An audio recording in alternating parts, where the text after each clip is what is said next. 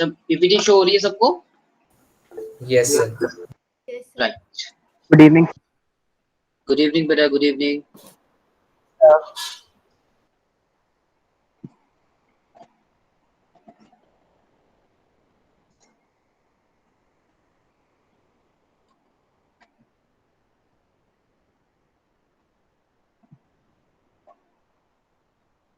Good evening sir. Good evening बेटा। अच्छा, जो मैंने लिखा वो सबको शो हो रहा है? Yes sir. Yes sir. Okay, चलिए मुझे बताइए कि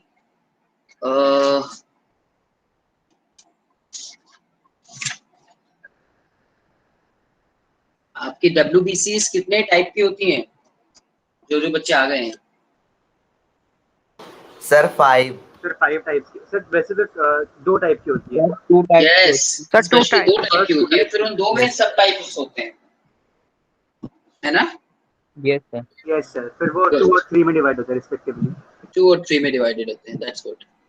सो granulocytes and agranulocytes, agranular side. जिसमें हमने ग्रैन्यूल्स की प्रेजेंस और एब्सेंस देखी। Monocytes, lymphocytes, eosinophils, basophils, neutrophils, इस तरह से।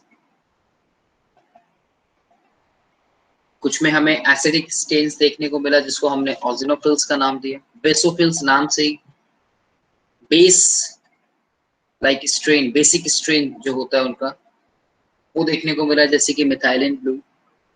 और न्यूट्रोफिल्स जो होते हैं वीकली एसिडिक और वीकली बेसिक स्टेन्स जो हमें उनमें देखने को। So today we'll start from the platelets or the thrombocytes. These are the special type of cells in the bone marrow. ये एक स्पेशल सेल्स होती हैं, और एक स्पेशल सेल प्लेटलेट्स एक सेल फ्रैगमेंट्स है, एक स्पेशल सेल है बॉन मैरो के अंदर। अगर नंबर्स का कंपैरिजन करें बच्चों हम इनका, सो फ्यूअर देन आरबीसी, हम लोगों ने नंबर्स की बात की थी, अगर आप सबको याद हो। नंबर्स का कंपैरिजन बहुत जरूरी है करना, जैसे कि हमें ये पता लग सके कि बॉडी के अंदर कितनी सेल्स ज्यादा है और कितनी सेल्स कम है। सोचिए अगर हमें नंबर्स का आइडिया ना हो तो हम कैसे बताएंगे कि हमारी बॉडी में किस सेल्स की रिक्वायरमेंट कितनी है? Yes sir. है ना? आप जो रिपोर्ट्स देखते हैं, डॉक्टर जो आपके टेस्ट लिखते हैं, वो नंबर्स के बिहाफ पे तो बताते हैं आपको, या फिर ऐसा बताते हैं कि नहीं नहीं नहीं, इसकी इस सेल की न्यूक्लियस की शेप चेंज हो गई है तो आप ज्यादा बीमार हैं, ऐसा होता है क्या? No sir. No sir. नहीं। बच्चों, किसी भी सेल के कम या ज्यादा होने के वजह से ही हम उसकी आइडेंटिफिकेशन कर पाते हैं किसी भी डिजीज की हमारी बॉडी के अंदर, ध्यान रखिएगा। सो इसी वजह से हमें नंबर्स का पता होना बहुत जरूरी होता है। हम नंबर्स की बात इसीलिए करते हैं क्योंकि जब हम किसी डिजीज से, किसी रोग से ग्रस्त होते हैं, सफर्ड होते हैं, तो कहीं ना कहीं इन सेल्स के कम या ज्यादा होना ही एक डिजीज को इंडिकेट करता है, ध्यान रखिएगा। सो नॉर्मली अगर हम बात करें तो नॉर्मल जो ब्लड कंटेन करता है वो 1 लाख टू 3 लाख प्लेटलेट जो है बॉडी में दिखाता है, और ये मिलीमीटर वर्ग में होती है, ठीक है, ध्यान रखिएगा। ठीक है, सो प्लेटलेट्स, अब ऐसा नहीं है कि आप, ये एक एवरेज है। आपने देखा होगा, आप लोगों ने सुना होगा, डेंगू चिकनगुनिया के केसेस तो कभी ना कभी आप लोगों ने सुने होंगे। यस क्या आप सर। जानते यस हैं कि सर। इस तरह के केसेस में कितनी तेजी से इन प्लेटलेट्स के नंबर्स में डीग्रोथ होती है? आमतौर पर आप देखेंगे कि मलेरिया हो या फिर जो आपका डेंगू फीवर होता है, इस तरह की कंडीशंस में इनकी बहुत तेजी से डीग्रोथ देखी जाती है, और एकमात्र हमारे पास जो जरिया है इसको बढ़ाने का वो है लिक्विड डाइट। ऐसी कंडीशंस में अगर हम इनकी बात करें डायमीटर को लेकर, तो इनका जो डायमीटर है वो लगभग 2 to 3 माइक्रोमीटर्स हमें देखने को मिलता है, राइट। प्लेटलेट्स जो है रिलीज करती हैं कुछ सर्टेन केमिकल्स को, जिसको हम प्लेटलेट फैक्टर्स का नाम देते हैं। ब्लड क्लॉटिंग के लिए यूज होती है। ब्लड क्लॉटिंग के लिए, कोएगुलेशन ऑफ ब्लड आप लोगों ने सुना है? Yes sir. Yes sir, last में पढ़ा दी। तो प्लेटलेट्स कई टाइप के सब्सटेंसेस को रिलीज करती है, उनमें से ज्यादातर ब्लड के कोएगुलेशन में अपना रोल प्ले करते हैं। Blood factors helps in blood clotting. Blood का कोएगुलेशन शरीर में ब्लड के सबसे ज्यादा या ब्लड में ज्यादा अमाउंट में लॉस ना हो ब्लड बॉडी से, उससे बचाने का एक मैकेनिज्म है। कभी भी आप लोग देखते हो, ये जो फिगर आपको दिखाई गई है, तो एक मिनट, ये जो फिगर आपको दिखाई गई है यहाँ पे, ये एक तरह का कट है। मान लीजिए कि ये कोई इंजरी हुई है या फिर ये कोई कट लगा है। ये जो प्लेटलेट्स हैं, ये इस घाव को, ये इस इंजरी को भरने में अपना रोल प्ले करते हैं।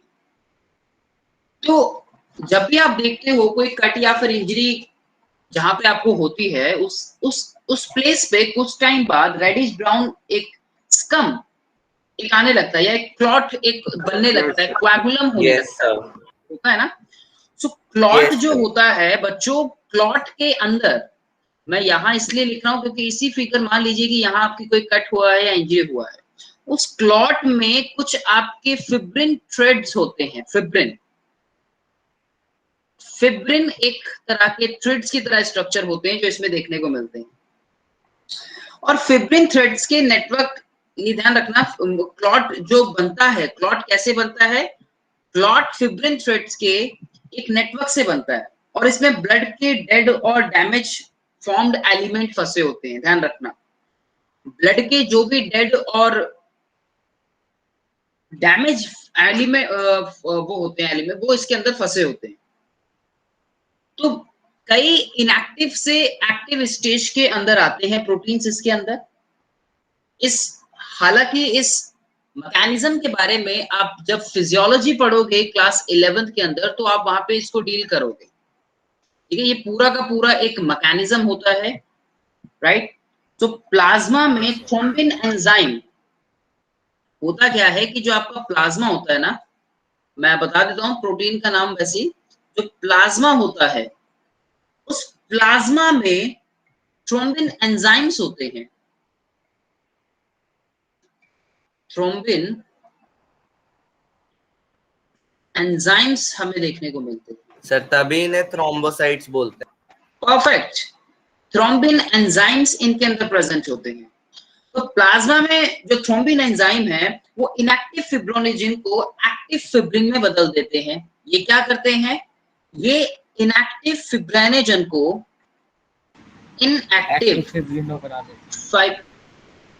करेक्ट, इनएक्टिव फिब्रिनोजन को, मैंने आपको बताया ना कि जो प्रोटीन्स होते हैं वो आपके एंजाइमिनल एक्शंस की वजह से एक्टिव स्टेज के अंदर आते हैं। मैंने शुरुआत में बताई थी ये बात आपको, चैप्टर के जब डाइजेशन पढ़ा, वहां भी आपने कई एंजाइम्स को पढ़ा, और वहां भी मैंने आपको बताया था कि किस तरह से इनएक्टिव से एक्टिव स्टेज के अंदर आते हैं प्रोटीन्स, है ना। यस सर, जिससे वो इनएक्टिव वाले काम ना कर पाए, क्योंकि सर जरूरत नहीं है उनकी, ताकि जरूरत के टाइम पे ही वो सही काम कर पाए, ठीक है। तो बेटा, ये जो थ्रोम्बिन एंजाइम्स होते हैं, ये थ्रोम्बिन एंजाइम इनएक्टिव फाइब्रिनोजन को एक्टिव फिब्रिन के अंदर बदल देते हैं। प्लाज्मा में और भी इनएक्टिव सब्सटेंस होता है, मैं आपको यहाँ नाम बता देता हूं। और भी इसके अंदर एक इनएक्टिव सब्सटेंस होता है जिसको हम बोलते हैं प्रोथ्रोम्बिन। हालांकि ये पढ़ेंगे आप आगे,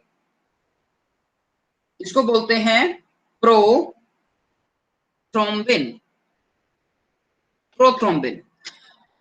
प्रोथ्रोम्बिन ये एक कॉम्प्लेक्स एंजाइम है जो कि थ्रोम्बोकाइनेस की वजह से थ्रोम्बिन में चेंज हो जाता है। एक एंजाइम होता है जिसको बोलते हैं थ्रोम्बोकाइनेस। तो थ्रोम्बोकाइनेस भी यहाँ पे अपना रोल प्ले करता है, जिस तरह से थ्रोम्बिन एंजाइम अपना रोल प्ले कर रहा है। हालांकि इतना डिटेल में आपको जाने की जरूरत नहीं है, मैं सिर्फ ये बता रहा था कि यहाँ पे एक प्रोसेस, एक मैकेनिज्म जो होता है वो कैसे होता है। मैकेनिज्म जो पूरा का पूरा होता है उसको आप लोग डील करेंगे जब हायर क्लासेस में 11th क्लास में फिजियोलॉजी को पढ़ेंगे। आप देखेंगे कि किस तरह से क्लॉटिंग में कुछ आयंस होते हैं, जैसे कि कैल्शियम आयंस बहुत इंपॉर्टेंट रोल प्ले करते हैं, ध्यान रखिएगा। ये वही मैकेनिज्म के अंदर अपना रोल प्ले करते हैं जो मैं मैकेनिज्म के बारे में आपको बात बता रहा हूं, ये ध्यान रखना। Okay sir. इन सभी चीजों को आपको बेसिक बात समझ आ गई होगी कि इस मैकेनिज्म में कौन सा एंजाइम है। उसके अलावा मैं आपको एक एंजाइम और बता दूं आपकी नॉलेज के लिए, जिसको हम बोलते हैं थ्रोम्बोकाइनेज। थ्रोम्बोकाइनेज सर ये क्या करता है? ये जो थ्रोम्बोकाइनेज, जो प्लाज्मा का दूसरा इनएक्टिव प्रोटीन बोला ना मैंने, inactive, this is another yes sir, prothrombin. Inactive enzyme. हाँ, ये भी एक इनएक्टिव है, इनएक्टिव स्टेज होती है। ये भी कैसा है, इनएक्टिव स्टेज में होता है। तो ये इनएक्टिव से एक्टिव में जाएगा और उसको बनाने के लिए किसी एंजाइम की जरूरत पड़ेगी, तो वो एंजाइम होता है thrombokinase. Now what is thrombokinase? Thrombokinase is an enzyme. जिस तरह से थ्रोम्बिन एंजाइम इनएक्टिव फाइब्रिनोजन को एक्टिव फाइब्रिन में बदलने में अपना रोल प्ले करता है, उसी तरह से प्लाज्मा में एक दूसरा इनएक्टिव सब्सटेंस प्रोथ्रोम्बिन भी होता है, ध्यान रखिएगा, जो एक कॉम्प्लेक्स एंजाइम थ्रोम्बोकाइनेज की वजह से थ्रोम्बिन में चेंज हो जाता है। ये बात समझ आई सबको? सर थ्रोम्बी में? हाँ, थ्रोम्बिन। सर मतलब हम प्रोथ्रोम्बिन को 2 बार एक्टिव करते हैं ताकि वो जो परफेक्ट, यस सर पहुंच सके। तो ये जो पूरा का पूरा मैकेनिज्म होता है बच्चों, इस पूरे के पूरे मैकेनिज्म को हम लोग आगे 11th क्लास में डील करेंगे कि किस तरह से कैल्शियम के बारे में क्या बताया?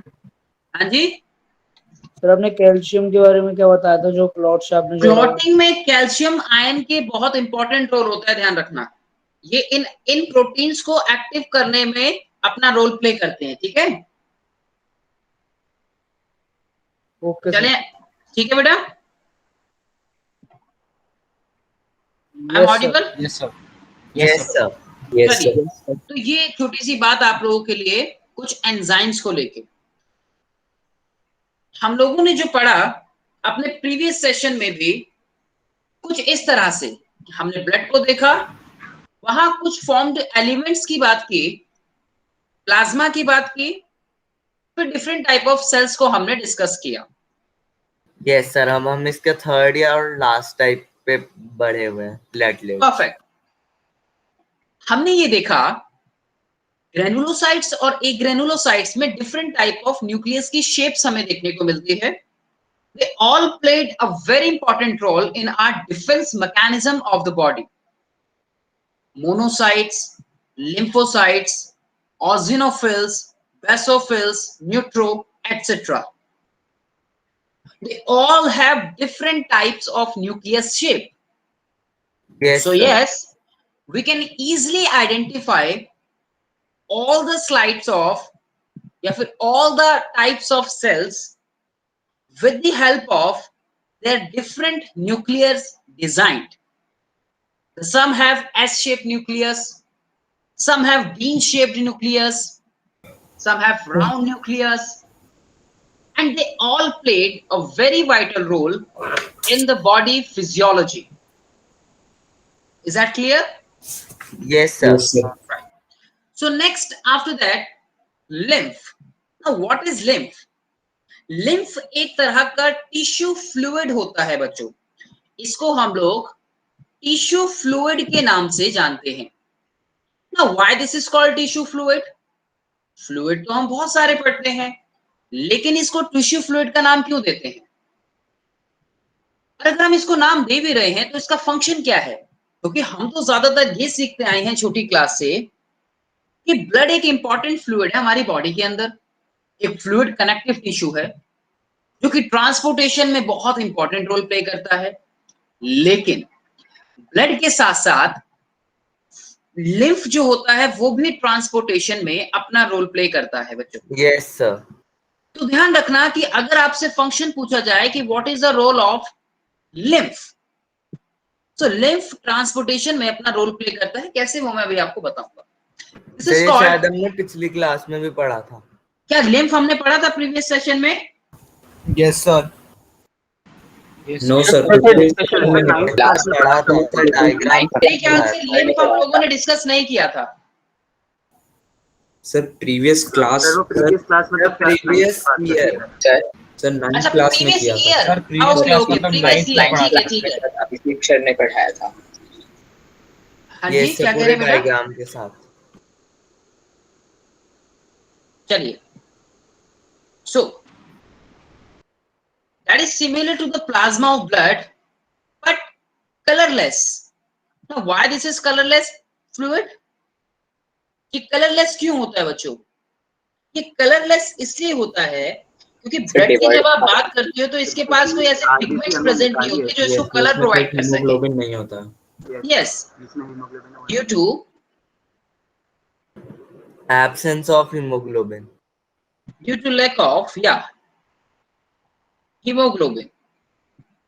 ठीक है, तो हीमोग्लोबिन इसके पास नहीं है, इस वजह से ये कैसा है, ये कलरलेस होता है। एक minute,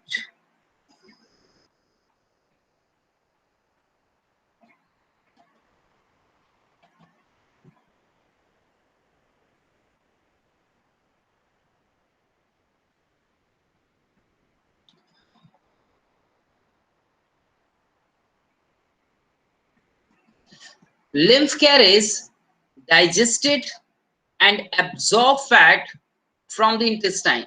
This is a function of lymph and this is important. ये अगर आपके क्वेश्चन फ्रेम होता है, this can be frame as a question, ध्यान रखिएगा।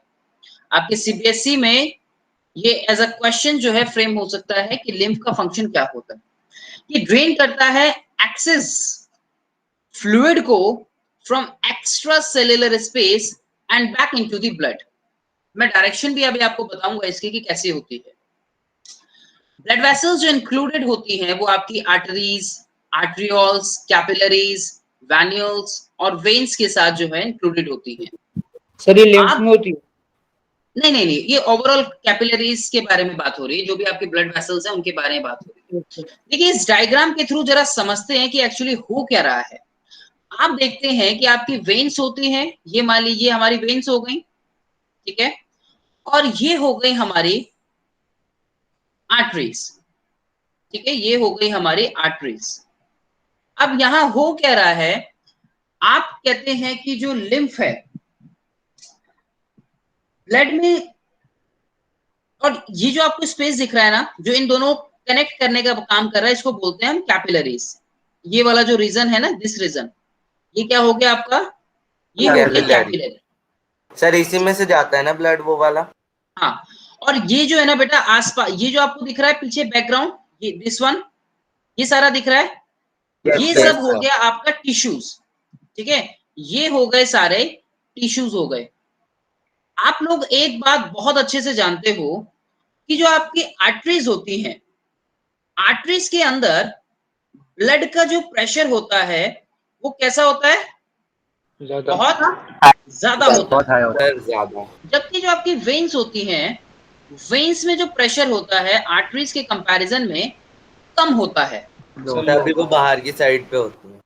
हाँ, सो और ये हो गया आपका वो स्पेस जिसको आप इंटरस्टिशियल फ्लूइड, या फिर जहाँ पे प्रेजेंट होता है ये फ्लूइड, इसको आप इंटरस्टिशियल स्पेस भी बोलते हो या फिर एक इंटरस्टिशियल फ्लूइड का नाम भी देते हो, ठीक है, इस रीजन को, राइट। सो क्या होता है, और ये जो ग्रीन कलर से आपको दिख रही है ये लिम्फ कैपिलरीज हो गई।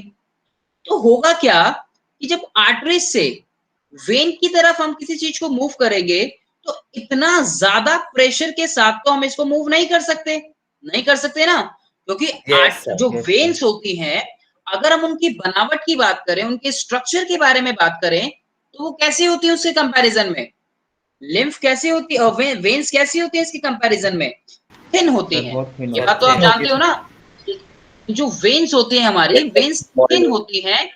हाँ, थिन होने के साथ साथ इलास्टिक भी होती हैं, लेकिन लेस इलास्टिक होती हैं अगर हम देखें तो। और जब हम आर्टरीज के बारे में बात करते हैं बच्चों, तो आर्टरीज कैसी होती हैं, आर्टरीज जो होती है हमारी थिक होती है, है ना, हाँ, और वाइड भी होती है, डैमेज ना हो। हाँ, जिससे आसानी से डैमेज ना हो। इलास्टिक भी होती है अच्छी खासी। तो क्या होता है कि यहाँ से कुछ अमाउंट में जो सब्सटेंसेस होते हैं वो बाहर आ जाते हैं, जैसे कि कुछ अमाउंट में जो WBCs होती हैं। अब आप लोगों ने WBCs पढ़ी थी, पर जो WBCs की कोई शेप हमें देखने को नहीं मिलती एग्जैक्ट, ठीक है, हमें WBCs में कोई शेप देखने को नहीं मिलती। तो क्या होता है कि आसानी से इस प्रेशर को रिड्यूस करने के लिए WBC, कुछ अमाउंट में वाटर, कुछ अमाउंट में प्रोटीन्स, ये जो है यहाँ से बाहर आ जाते हैं। जब इतनी चीजें और भी सब्सटेंसेस होते हैं, ध्यान रखिएगा, और भी सब्सटेंस होते हैं, ये मैंने कुछ, हाँ, स्मॉल बच्चों WBC क्यों बाहर आ गई, क्योंकि उसके पास कोई स्पेसिफिक ऐसी शेप देखने को नहीं मिलती। तो बच्चों जब ये बाहर आ जाती है तो वो कहाँ चली जाती है, इस टिश्यू रीजन के अंदर जाएगी, नहीं जाएगी? yes, सबसे पहले, और यहाँ से ये किसमें मूव करती है, ये देख रहे हो आप, लिम्फ कैपिलरीज जो आपको देखने को मिल रही है। इन लिम्फ कैपिलरीज के अंदर ये जो फ्लूइड है ये चला जाता है, और ये यहाँ से लिम्फ कैपिलरीज से एक बड़ी वेसल, जिसको हम नाम देते हैं लिम्फेटिक वेसल का, यहाँ से ये इसके अंदर मूव कर जाता है। तो आर्टरीज में से जो भी रिलीज हुआ, वो कहाँ जाएगा, लिम्फेटिक कैपिलरी में, और लिम्फेटिक कैपिलरी से मूव कर जाता है लिम्फेटिक वेसल्स की तरफ। बच्चों ऐसा क्यों हुआ? लिम्फेटिक वेसल बता दो क्या? एक क्वेश्चन मेरा ये, हाँ, अभी किसी ने कुछ कहा, मुझे बताइए जरा। सर एक बार वो बता दो लिम्फेटिक वेसल को। हाँ, देखो बेटा, जो लिम्फ कैपिलरीज होती हैं, ये बात तो आप जानते हो कि इन कैपिलरीज का जो साइज होता है वो कैसा होता है, छोटा होता है ना। और एक वेसल जो होती है, नाम से ही पता लग रहा होगा कि वो अपने आप में थोड़ा सा ब्रॉड होती है। तो बच्चों यहाँ से प्रेशर को रिड्यूस करने के लिए कुछ अमाउंट में जो हमारे सब्सटेंसेस थे वो यहाँ से बाहर आ गए, और बाहर आके प्रेशर रिड्यूस होने के लिए, जिस कारण से white blood cell exclude protein निकले। बिल्कुल, प्रेशर को हमें रिड्यूस करना है ना। तो देखो यहाँ प्रेशर ज्यादा है हमने पढ़ा, और यहाँ प्रेशर कम है। तो बच्चों प्रेशर को रिड्यूस करने के लिए ये जो सब्सटेंसेस थे वो यहाँ से बाहर आ गए, राइट? लोअर स्टेट में, वेरी गुड। तो बच्चों इसको हम इसलिए इंटरस्टिशियल फ्लूइड का भी नाम देते हैं। This is the space, right बेटा, लिम्फेटिक कैपिलरीज में। और कैपिलरीज से ये प्रेशर कहाँ पे जाता है, लिम्फ फ्लूइड का, ये जाता है आपका इस लिम्फेटिक वेसल के अंदर। तो आपके शरीर में जिस तरह से कंफर्ट जोन देख के, सब्सटेंस WBC और यही है H2O प्रोटीन। बेटा और भी माइक्रो सब्सटेंसेस होते हैं, ठीक है, लेकिन ये मेजर सब्सटेंसेस हैं, ठीक है। और सुनो, ये आपकी बॉडी में जिस तरह से आर्टरीज और वेन्स का जाल होता है, आप समझते हैं कि आर्टरीज और वेन्स का जो एक तरह से केज होता है हमारी पूरी बॉडी के अंदर, उनके साथ साथ ये जो लिम्फेटिक वेसल्स होती हैं और जो लिम्फेटिक कैपिलरीज होती हैं वो भी साथ साथ चलती रहती हैं, ठीक है, ताकि ये जो प्रेशर है वो मेंटेन रहे। तो आपको यहाँ पे ये लिम्फेटिक कैपिलरीज देखने को मिल रही है, यहाँ पे लिम्फेटिक वेसल्स देखने को मिल रही है। तो बच्चों लिम्फ कैसे बना, क्वेश्चन मेरा ये आप लोगों से, लिम्फ बना ब्लड के फिल्ट्रेशन से, फिल्ट्रेशन ऑफ ब्लड। कैसे बना ब्लड, सब बच्चे बताएंगे मेरे को, लिम्फ का फॉर्मेशन कैसे हुआ? Filtration of blood. ये क्वेश्चन अच्छे बच्चों को नहीं पता होता, वो कहते हैं लिम्फ तो एक तरीके का टिश्यू फ्लूइड है। अरे बना कैसे वो, क्वेश्चन हमारा ये होना चाहिए यहाँ पे सबसे पहले। तो लिम्फ कैसे बना, बाय फिल्ट्रेशन ऑफ ब्लड, ठीक है। चलिए, तो ये एक बात। अब ये भी जैसे सपोर्ट में इसके डायग्राम जो है आपको देखने को मिल रहा होगा कि यही इसी डायग्राम को यहाँ पे ऐसा समझिए कि जूम कर दिया, ठीक है। तो ये जैसे आपकी ये जो टिश्यूज हो गए, उसके सराउंडिंग में जो टिश्यूज हैं बच्चों। अच्छा, क्या लिम्फ में उसी तरह के प्रोटीन्स होते हैं जो हमें ज्यादा अमाउंट में ब्लड में देखने को मिलते हैं? मेरा क्वेश्चन सबसे, सर लेस प्रोटीन होते हैं। सर लेस प्रोटीन, ओके, अच्छा, इसमें बिल्कुल, इसमें उस अमाउंट में लार्ज प्रोटीन और बाकी के एलिमेंट्स नहीं होते जो हमें ब्लड वेसल्स में देखने को मिलते हैं बच्चों। यस ठीक है, सर। लिम्फ का मिनरल डिस्ट्रीब्यूशन बिल्कुल प्लाज्मा जैसा होता है, ध्यान रखना। जो भी मिनरल्स का डिस्ट्रीब्यूशन होगा इसमें वो बिल्कुल प्लाज्मा जैसा होता है। तब वो और इसलिए होते हैं ना क्योंकि उसका एक तो गैप बहुत छोटा होता है, इसलिए ज्यादा भी नहीं आती चीजें उसमें, बिल्कुल और ज्यादा भी उसका नहीं आती। वर्क भी आप नहीं होता। बिल्कुल आप खुद समझिए ना कि जहां सर एक आर्टरीज और वेन्स आपस में कनेक्ट नहीं कर पा रहे, उनके बीच में कैपिलरीज काम कर रही है। और सोचिए कैपिलरीज के बीच में भी एक और कैपिलरीज है जिसको हम लिम्फ कैपिलरी का नाम दे रहे हैं। तो ऑब्वियस सी बात है कि कितना छोटा साइज होगा बच्चों उसका, होगा नहीं होगा? यस सर ये सर। लिम्फेटिक वेसल के बाद बन रहे हैं। क्या बेटा, दोबारा बोलो। सर लिम्फेटिक वेसल के बाद बन रहा है। हाँ, लिम्फेटिक वेसल्स में जाके आगे मिल रहा है वो। Okay sir. ठीक है बच्चों, ये जाके लास्ट में कहाँ मिलता है बच्चों? आपका जो ब्लड है वो कहाँ जाता है? हार्ट से निकल के आपके लंग्स से हार्ट में, हार्ट से लंग्स में, वापस हार्ट में, ऐसी तो मूव करता है, यस सर। राइट? तो इनकी जो डायरेक्शन होती है, ये जो टिश्यू लिम्फ है, टिश्यू लिम्फ से आपकी लिम्फेटिक कैपिलरीज के अंदर जाता है। ये मैं आपको डायरेक्शन बताया था, आपने जो अभी क्वेश्चन पूछा है बेटा, उसी के अकॉर्डिंगली मैं आपको यहाँ पे इसका जो है एक फ्लो बता देता हूँ। ठीक है, यहाँ बता रहा हूँ मैं आप लोगों को फ्लो इसका। ठीक है, ब्लड, मैं इसका लिम्फ का फ्लो बता रहा हूँ, ध्यान रखिएगा। ये जो मैं बना रहा हूँ ये लिम्फ के लिए बना रहा हूँ। ठीक है, फॉर लिम्फ। चलो, सबसे पहले ये एक तरह का टिश्यू लिम्फ, टिश्यू है ना, टिश्यू फ्लूइड, जिसको हम टिश्यू लिम्फ का नाम भी देते हैं। ठीक है, अब ये कहाँ जाएगा? यहां से ये जो है आपका लिम्फेटिक कैपिलरीज को ज्वाइन करेगा। Lymphatic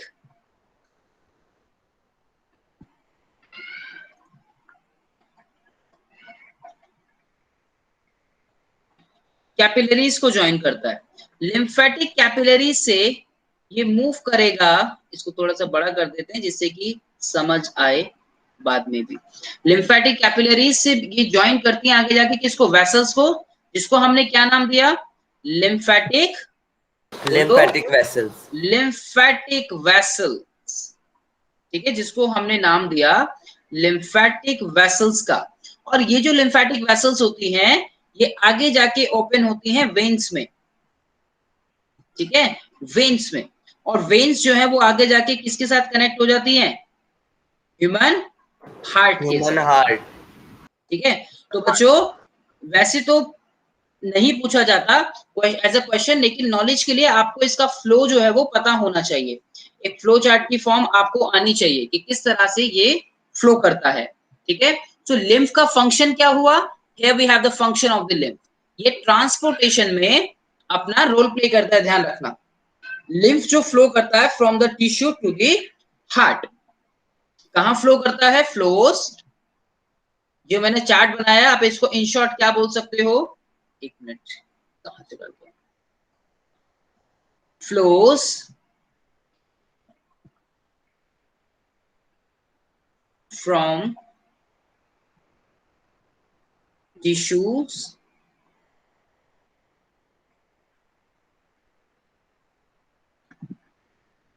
to the heart. मुझे बताओ ये बात क्लियर है? Yes sir. Yes sir. मुझे बताओ ये डायग्राम क्लियर है? Yes sir. सबको क्लियर है डायग्राम ये? Yes, sir. Yes sir. Sir एक बार ये समझ नहीं आया कि मेरा लिम्फ कैसे बनेगा। लिम्फ कैसे बना? यस सर, मेरे को ढंग से नहीं आया। ओके जी, हम ढंग से बता देते हैं। बेटा आर्टरीज आपकी ब्लड होते हैं, आर्टरीज में ब्लड होता है।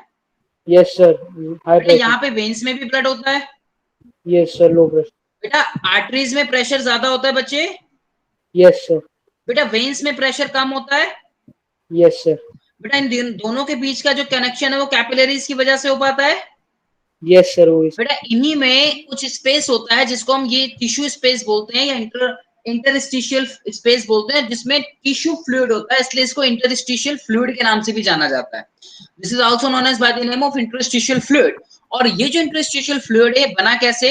इस प्रेशर को कम किया हमने क्या, नेचुरल जो बॉडी की फिजियोलॉजी है वो इस प्रेशर को रिड्यूस करती है। वो इस प्रेशर को रिड्यूस कैसे कर पाती है? कुछ सब्सटेंसेस को इसमें से रिमूव करके। बेटा मान लो, क्या नाम है बच्चे आपका? सर देवांशु। देवांशु।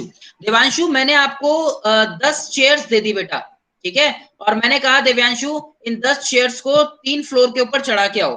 आपने कहा कि सर मैं कैसे चढ़ा पाऊंगा, आप अगर मेरे को कहते कि चल बेटा इसको सामने रख दे उठा के, तो मैं रख भी सकता था एक साथ, राइट। आप खिसका के रख सकता था, आप तो मेरे को आप इस चेयर जाने के लिए कह रहे हो। मैंने कहा चलो कोई बात नहीं, तुम 2 चेयर्स ले जाओ ऊपर, राइट। तो मैंने क्या किया, आपका जो प्रेशर था वो सारा रिलीज कर दिया, एक तरीके से जो भी वेट था वो सारा रिलीज कर दिया। अब आप सोच सकते हो कि हाँ मैं जा सकता हूँ ऊपर, राइट। आपकी Yes. कैपेसिटी थी सपोज कि आप 40 केजी वेट लिफ्ट कर सकते हो, लेकिन मैंने आपको दे दिया था 110 केजी।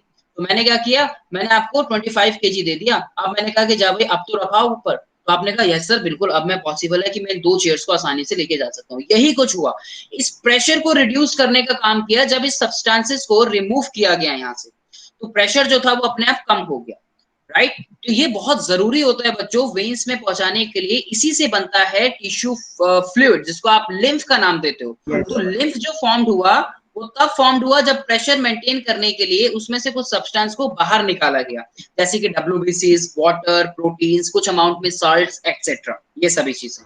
अभी क्लियर? सर ये सामान Yes, जाता sir. कहाँ पे हम जो बाहर निकालते हैं WBC? है बेटा, सर ये यूज कहाँ पे होता है मटेरियल जो बाहर निकलता है? ये ट्रांसपोर्टेशन में अपना रोल है बेटा। जैसे ब्लड अपना मूव कर रहा है उसी तरह से ये भी डिफेंस मैकेनिज्म में अपना रोल प्ले कर रहा है। Yes sir. जैसे WBCs है, लेट्स सपोज, जैसे वाटर है, वाटर की क्या नीड है आपकी बॉडी में, वाटर की क्या नीड होती है? व्हाट सर क्या नीड होती है, मतलब सर सर क्वेश्चन जो समझ नहीं। एक्सक्रीशन हमारा Yes, जो sir. वेस्ट होता है भाई सर उसको आपकी बॉडी के बॉडी बाहर में वाटर की निकालना। क्या नीड होती है? सर वेस्ट सर को बाहर निकालना। ट्रांसपोर्टेशन। ट्रांसपोर्टेशन में एक तरीके से फ्लूइड जो आपकी Yes. बॉडी में वो ट्रांसपोर्टेशन में रोल प्ले कर रहा यस है ना। Sir. Yes sir. Yes sir. इसीलिए हमने जो यहाँ पे कीवर्ड पढ़ा था वो क्या बोला था कि सबसे पहले there is another type of fluid also involved in transportation. Transportation. समझ आई बात? यस चलिए सर ये बस पार्टिकल आते हैं। ऐसे यूज होता है ना कि जैसे डैम में थोड़ा वाटर लीक हो जाता है तो उसे भी पहुंचाना होता है वापस डैम में, कुछ तो ऐसे वैसे समझिए, ही।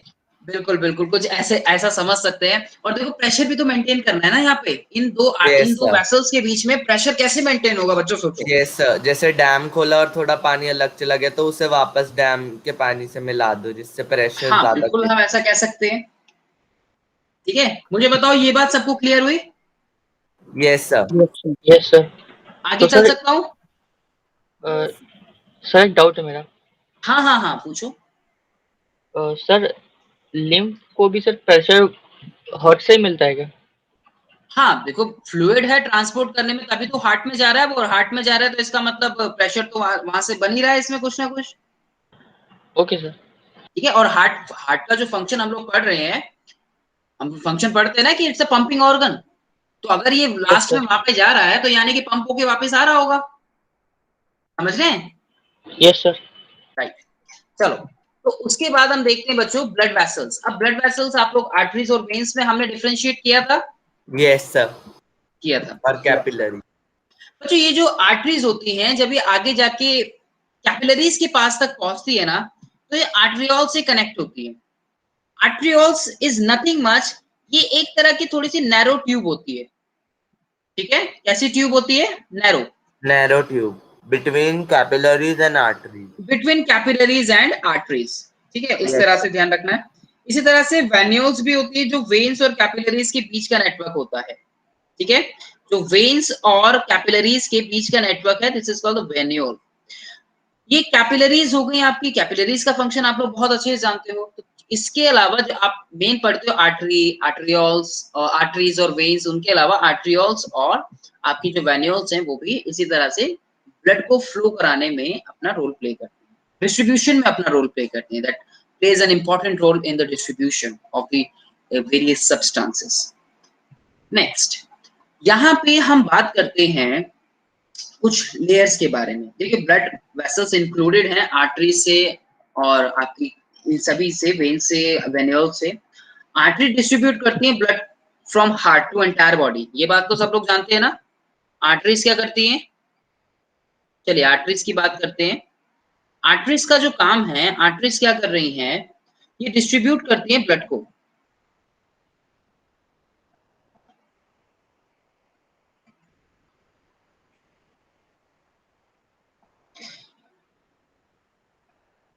एक मिनट, मैंने आपको डिफरेंस बताया था क्या आर्टरीज और वेन्स में? जल्दी से बताओ। मैंने आपको Yes, डिफरेंस sir. बताया था sir differentiate. No Sir, no yes, sir. किया No, sir. क्या हमने बताया था टेबुलर लेकिन फॉर्म में डिफरेंशिएट किया था? टेबुलर नो फॉर्म No, में sir. Tabular form में नहीं किया. आप मत बता रहे देखिए जरा कुछ बेसिक डिफरेंस की बात करते हैं, ठीक है। देखिए एक तरफ होती है आपकी जो आर्टरीज,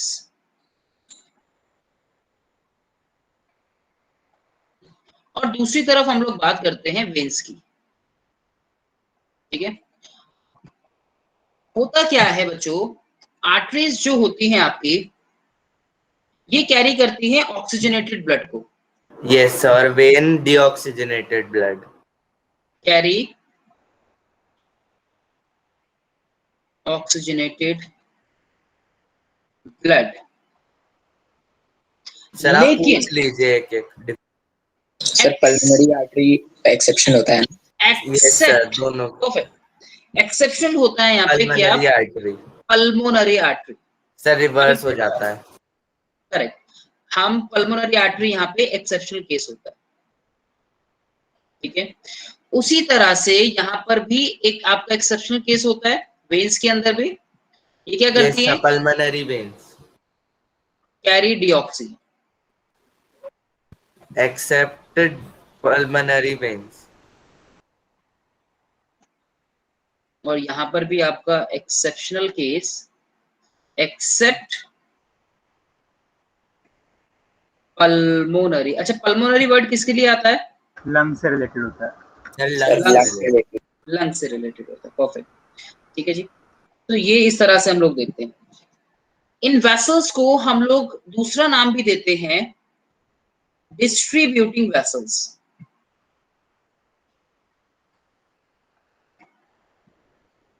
डिस्ट्रीब्यूटिंग वेसल्स का नाम भी हम इनको देते हैं। और उसके ऑपोजिट ये कौन सी होंगी?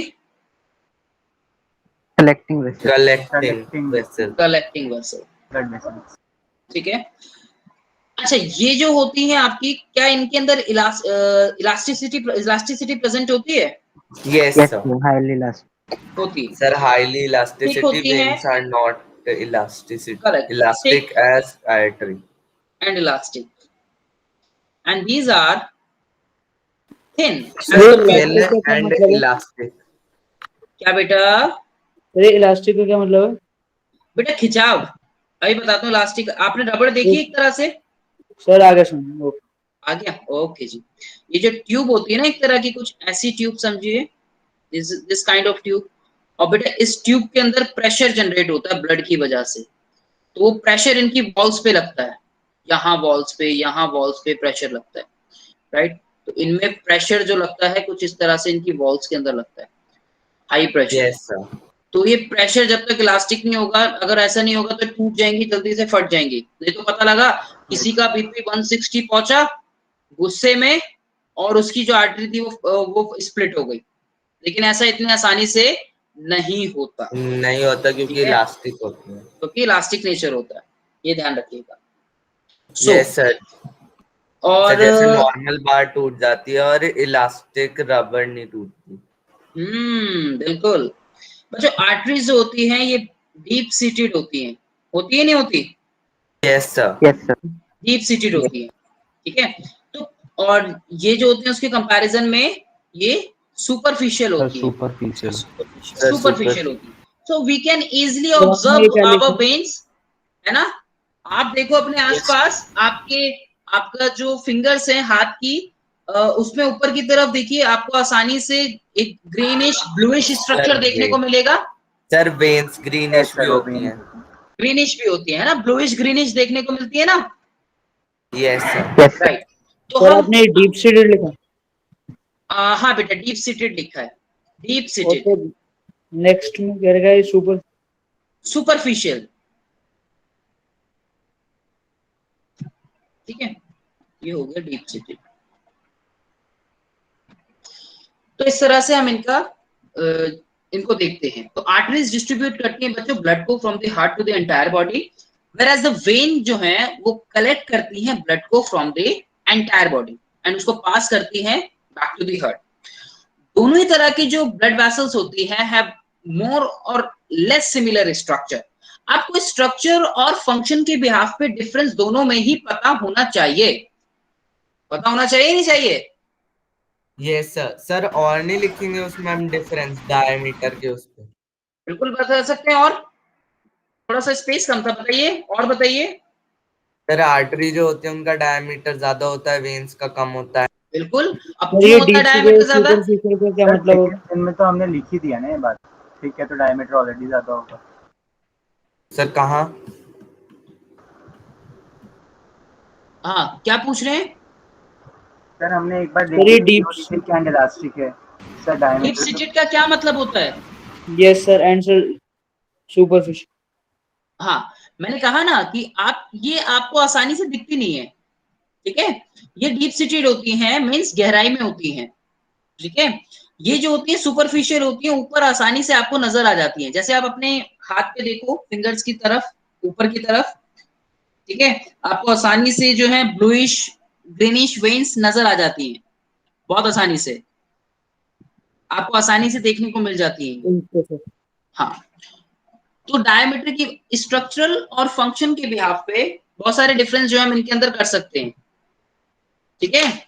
आर्टरीज के अंदर, अच्छा वेन्स, अच्छा वॉल्व प्रेजेंट होती है इनके अंदर। क्या कोई जानता है वॉल्व्स के बारे में? Yes sir.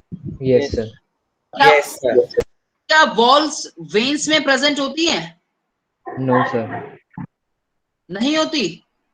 सर वेन्स में प्रेजेंट होती हैं, यस आर्टरीज सर, में नहीं वेन्स होती नहीं सर, होगी ना, आर्टरीज क्योंकि में नहीं वेन्स होती। में वेन्स में होते हैं, आर्टरीज में नहीं होती। ऑक्सीजनेटेड ब्लड होगा, कम प्रेशर होता है। वेन्स में ये मान लीजिए कि ये कोई वेन हो गई, इनके अंदर वॉल्व्स प्रेजेंट होती हैं, यस ठीक सर, है, ताकि ब्लड वापस ना चले जाए पीछे। करेक्ट। क्योंकि वेन्स एक कलेक्टिंग वेसल्स होती हैं, ये आपकी ग्रेविटी के अगेंस्ट ब्लड को लेकर आती हैं। ये यहां आपका लग रहा है ग्रेविटेशनल फोर्स, और ग्रेविटी क्या करती है, अपनी तरफ ब्लड को खींचती है बच्चों। ग्रेविटी क्या कहेगी कि ब्लड नीचे की तरफ आ। Yes sir. यहां पर कुछ वॉल्व्स जो हैं वो प्रेजेंट होती हैं। तो ये वॉल्व्स क्या करती हैं, जिससे कि ब्लड जो है आसानी से ऊपर की तरफ मूव कर सके। तो वॉल्व्स का ये फंक्शन होता है कि ब्लड जैसे निकले हम इसको नीचे ना जाने दें, वापस से एक यूनिडायरेक्शनल वे में हमें देखने को मिले ऊपर की तरफ ही वेन्स के अंदर, राइट। तो ये कौन इंश्योरिटी देता है? वॉल्व्स देती है, जो इनके अंदर डिफरेंट प्रेजेंट होती है। Is that clear? Yes sir. So this is another difference, structural difference. आपके सीबीएसई में, बोर्ड्स में 1 मार्क का क्वेश्चन फ्रेम हो सकता है कि write the difference, write the structural difference between arteries and veins. तो बच्चे क्या लिखाते हैं कई बार, they carry oxygenated blood and they carry deoxygenated blood. नहीं, they are asking about the structural difference. तो आप क्या बताएंगे? They have walls present inside them, they don't have walls present inside them. They have a more diameter, they have a less diameter. किसका diameter ज्यादा होगा? Artery. Sir arteries का। ठीक है ना, ठीक है ना। तो डायमीटर किसका ज्यादा हुआ? डायमीटर इसका ज्यादा हुआ, और डायमीटर इसका कम हुआ, ठीक है। तो ये ध्यान रखिए। तो ये स्ट्रक्चरल डिफरेंस आपसे कई बार पूछ लिया जाता है। फंक्शनल डिफरेंस तो आप लोग बता ही देंगे कि भाई ये कैरी Yes, करती है sir. डीऑक्सी ब्लड, ये कैरी करती है ऑक्सी ब्लड, ठीक है। तो इस तरह से डिफरेंशिएट हमें पता होना चाहिए। मान लीजिए कि यही डिफरेंस 2 मार्क्स का आ जाए, 2 मार्क्स का अगर डिफरेंशिएट पूछ लिया जाए आपसे कि right difference between arteries and veins, तो आपके कोई भी पॉइंट्स आप लिख सकते हो। लेकिन अगर स्ट्रक्चरल डिफरेंस आपसे बोला जाता है, तो स्ट्रक्चरल डिफरेंस का आपको ध्यान रखना है। ये पॉइंट आपके एग्जाम्स में, आपके प्री बोर्ड्स वगैरह में भी ये क्वेश्चन जो है वो पूछ लिया जाता है। सर हम स्ट्रक्चर डिफरेंस में डीप सीटेड और हाँ जी? सुपरफिशियल लिख सकते हैं क्या? कितना? सर अगर स्ट्रक्चरली 2 या 3 मार्क्स का आए तो उसमें और पॉइंट क्या नहीं आएगा आज तक नहीं आया। 1 या 2 मार्क्स का आ सकता है, तो 2 पॉइंट्स तो आप बता सकते हो, डायमीटर को लेके, वॉल्स को लेके, थिकनेस को लेके, इलास्टिक नेचर को लेके, ये तो बता सकते हो 2-3 पॉइंट्स। यस सर हम ये भी सर हम लिख सकते हैं ना स्ट्रक्चरल कि जो डिफरेंस में आर्टरीज है, डीप सीटेड और सुपरफिशियल लिख सकते हैं। हाँ, लोकेशन बताते हैं, ये लोकेशन बताते हैं, स्पेसिफिक स्ट्रक्चर की बात तो नहीं करते, लोकेशन जरूर बताते हैं ये, डीप सीटेड और सुपरफिशियल। सर हम इसमें हाँ। ये भी लिख सकते हैं ना कि जो आर्टरीज होती हैं वो मतलब थोड़ा ज्यादा स्ट्रांग होती हैं वेन्स के कंपैरिजन में। स्ट्रॉन्ग, हाँ स्ट्रॉन्ग बोल सकते हो, स्ट्रॉन्ग इसलिए क्योंकि प्रेशर यस, ज्यादा कंट्रोल कर प्रेशर रही है होता अपने है। अंदर। ठीक है, पोटेंशियल बोल सकते हैं कि पोटेंशियल अच्छा है due to the blood pressure. Sir artery yes ठीक है, जो कि प्रेशर आर्टरीज, सर आर्टरीज में वेन्स के कंपैरिजन में प्रेशर कम क्यों, ज्यादा क्यों? आर्टरीज ब्लड कनेक्ट करती हैं डायरेक्ट हार्ट से। आओटा जो लार्जेस्ट आर्टरी होती है हमारी बॉडी की, aorta, aorta collect blood from the heart and heart pump our blood, और आउटा के थ्रू छोटी छोटी आर्टरीज में ब्लड पहुंचता है और वहां से बॉडी ऑर्गन्स में। इसीलिए हमारी आर्टरीज में प्रेशर ज्यादा होता है नेचुरली। Is that clear? लेकिन सर वेन्स में होना चाहिए ना ज्यादा, क्योंकि सर प्रेशर होगा तभी तो वो टो से भी हमारा जो डीओक्सीनेटेड ब्लड है उससे हार्ट तक लेके आ पाएंगे। नहीं नहीं नहीं, वेन्स में तो ऑलरेडी अपने आप ही कम है, क्योंकि वहां से बॉडी ऑर्गन्स में ब्लड पहुंच चुका है, अब वहां से लेके आना है ब्लड को बॉडी ऑर्गन से, तो प्रेशर ज्यादा उसमें नहीं। हार्ट आपका उससे ज्यादा तेजी से पंप कर रहा है। सिस्टोलिक और डायस्टोलिक दो तरह के प्रेशर्स होते हैं, अभी आगे पढ़ेंगे उनको हम। ठीक है, यस सर। और सर अभी हम आप उनके देखेंगे कलर ना, के बेसिस पे डिफरेंस कर सकते हैं, कलर कलर के, बेसिस पे डिफरेंस कर सकते हैं। हाँ ये ब्लूइश दिखती है कलर में, these are bluish in colour, ये ब्लूइश होती है, ब्लूइश ग्रीनिश। Yes sir. ठीक है, ये ब्लूइश, ब्लूइश की स्पेलिंग सही कर लेना, ब्लूइश ग्रीनिश होती है। ठीक है, ब्लूइश ग्रीनिश होती है, ये ध्यान रखिएगा, ये ऐसे दिखती है हमें। So sir type of blood vessels जो है इसमें, ये 3 कवरिंग होती है इनकी। ठीक है, क्वार्ट्स इनको बोलते हैं, ये क्वार्ट्स होती है इनकी। क्वार्ट, क्वार्ट मतलब कवरिंग, क्वार्ट या फिर हम इसको बोलते हैं कवरिंग। तो ये कैसी कैसी होती है आपकी? तो रेड होती है ना हाँ बेटा, सर, आर्टरीज तो रेड है ना? हाँ एटलीस्ट रेड है। ओके सर डीऑक्सीजनेटेड ब्लड में हीमोग्लोबिन नहीं होता? नहीं, CO2 रिच होता है बेटा वो, अभी आएगा सर आगे, उसमें ऑक्सीजन कम होता है। उसमें सर ऑक्सीजन कम हीमोग्लोबिन तो होता पूरे है। ब्लड में यस होता है। सर। ब्लड में आपकी हीमोग्लोबिन प्रेजेंट है, लेकिन ऑक्सीजन कम होती है उसके अंदर। ओके। ठीक है, तो एक होती है टुनिका एक्सटर्ना, टुनिका जो इनर लाइनिंग होती है उसको बोलते हैं हम। ठीक है, कोई भी स्ट्रक्चर होता है जब उसकी लेयर्स होती है उसको टुनिका नाम दिया जाता है। तो टुनिका एक्सटर्ना, टुनिका मीडिया, और एक होती है टुनिका इंटरनल।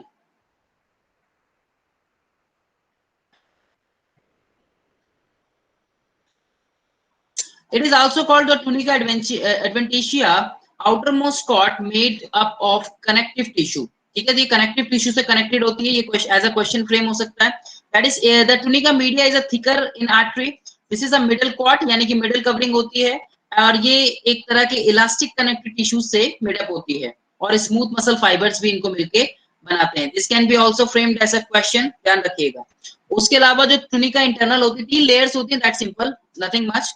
तो inner most cord होती है, that is made up of the 2 coverings. The one is the elastic membrane made up of the yellow elastic fibers, आपने पढ़ा होगा elastic fibers के बारे में, और Yes, एंडोथेलियल क्लास 9th में जब टिश्यूज वाला चैप्टर पढ़ा होगा। और उसके अलावा जो एंडोथेलियल मेडअप, ये एंडोथेलियल टिश्यू से मेडअप होती है, सिंपल स्क्वामस एपिथेलियम, तो टिश्यूज इनको मिलकर बनाते हैं। बस यही चीज आपको यहाँ पे ध्यान में रखनी, this can be framed as a question.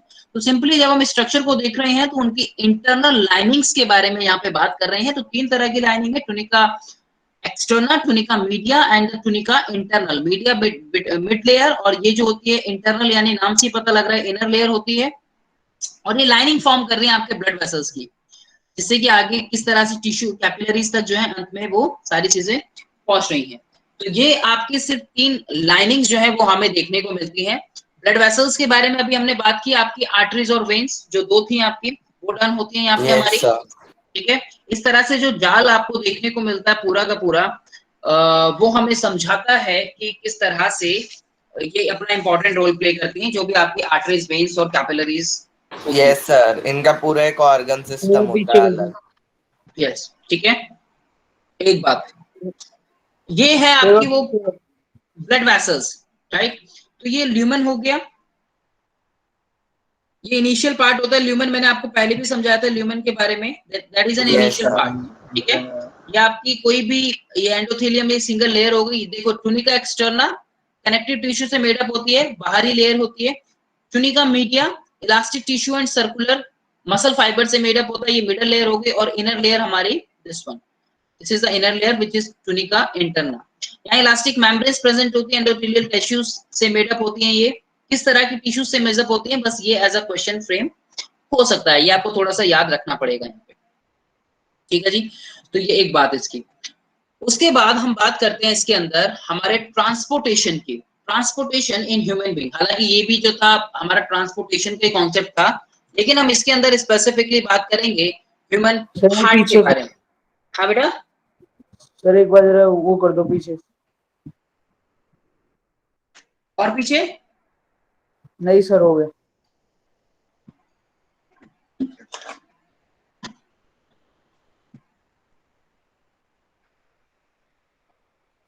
हो गया सर। चलिए, हार्ट, हार्ट कैसा ऑर्गन होता है? ह्यूमन हार्ट एक आपका ऑर्गन, बहुत वाइटल ऑर्गन होता है बच्चों, हमारी बॉडी के वाइटल ऑर्गन्स में से एक है। जैसे ब्रेन है, जैसे किडनीज है, उसी तरह से हार्ट है। दैट इज एन, हाँ, नॉन स्टॉप, वेरी गुड। आपकी बॉडी में कई तरह की मसल्स, नॉन स्टॉप से मुझे एक बात याद आ गई, नॉन स्टॉप से एक बात याद आ गई, शायद मैंने पहले भी डिस्कस किया आप लोगों के साथ। यहाँ पे जो स्पेशल मसल्स होती हैं, कार्डियक मसल, आप लोगों ने पढ़ी होंगी, है ना। तो अब मैंने कहा कि भाई बच्चों से मैंने कहा ये रुकती नहीं है मसल्स कभी, हमेशा लाइफ टाइम जो है कार्डियक मसल पंप करती रहती है, चलती रहती है। तो एक बच्चा कहता कि सर ये क्यों पंप करती रहती हैं, क्यों चलती रहती हैं? मैंने कहा भाई ऐसे मत बोल, अगर ये रुक गई तो हम रुक जाएंगे। तो वो समझ गया, कह रहा अच्छा अच्छा सर, सर समझ गया, समझ, मैंने इतना ही बोला था उसको, तो वो समझ गया, कह रहा सर समझ गया समझ गया समझ गया। तो कार्डियक मसल यानी कि हमारे हार्ट में जो मसल होती है वो ऐसी मसल्स होती हैं जो लाइफ टाइम पंप करती है। हार्ट एक मस्कुलर ऑर्गन होता है जहां पे बहुत मसल्स प्रेजेंट होती हैं ज्यादातर एनिमल्स के अंदर जब हम बात करते हैं। ये एक मीजोडर्मली डिराइव ऑर्गन होता है बच्चों। कैसा ऑर्गन होता है हार्ट हमारा? कौन बताएगा हार्ट कैसा होता है? हार्ट जो है एक हमारा मीजोडर्मली डिराइव ऑर्गन होता है। मीजोडर्मल और in origin, mesodermal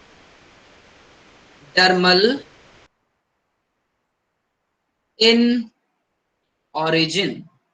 mesodermal in origin का मतलब जो बच्चे नहीं जानते पूछ सकते हैं। सर बता। मीजोडर्मल मतलब बेटा आपकी बॉडी में जर्मिनल लेयर्स होती है ना। यस सर, यस सर, आप पढ़ते हो कि ectoderm, endoderm and mesoderm, endoderm and mesoderm. तो ये जो बनता है ये मीजो से बनता है, तो इसलिए बोलते हैं इसको mesodermally drive organ, mesodermal in origin. Function क्या हो गया यहाँ पे? It pumps the blood through the blood vessels, and in our previous slides we learned about the various blood vessels. हाँ जी, किसी की आवाज आई थी अभी? सर मीजोडर्मल समझ नहीं आया। मीजोडर्मल समझ नहीं आया, ठीक है जी।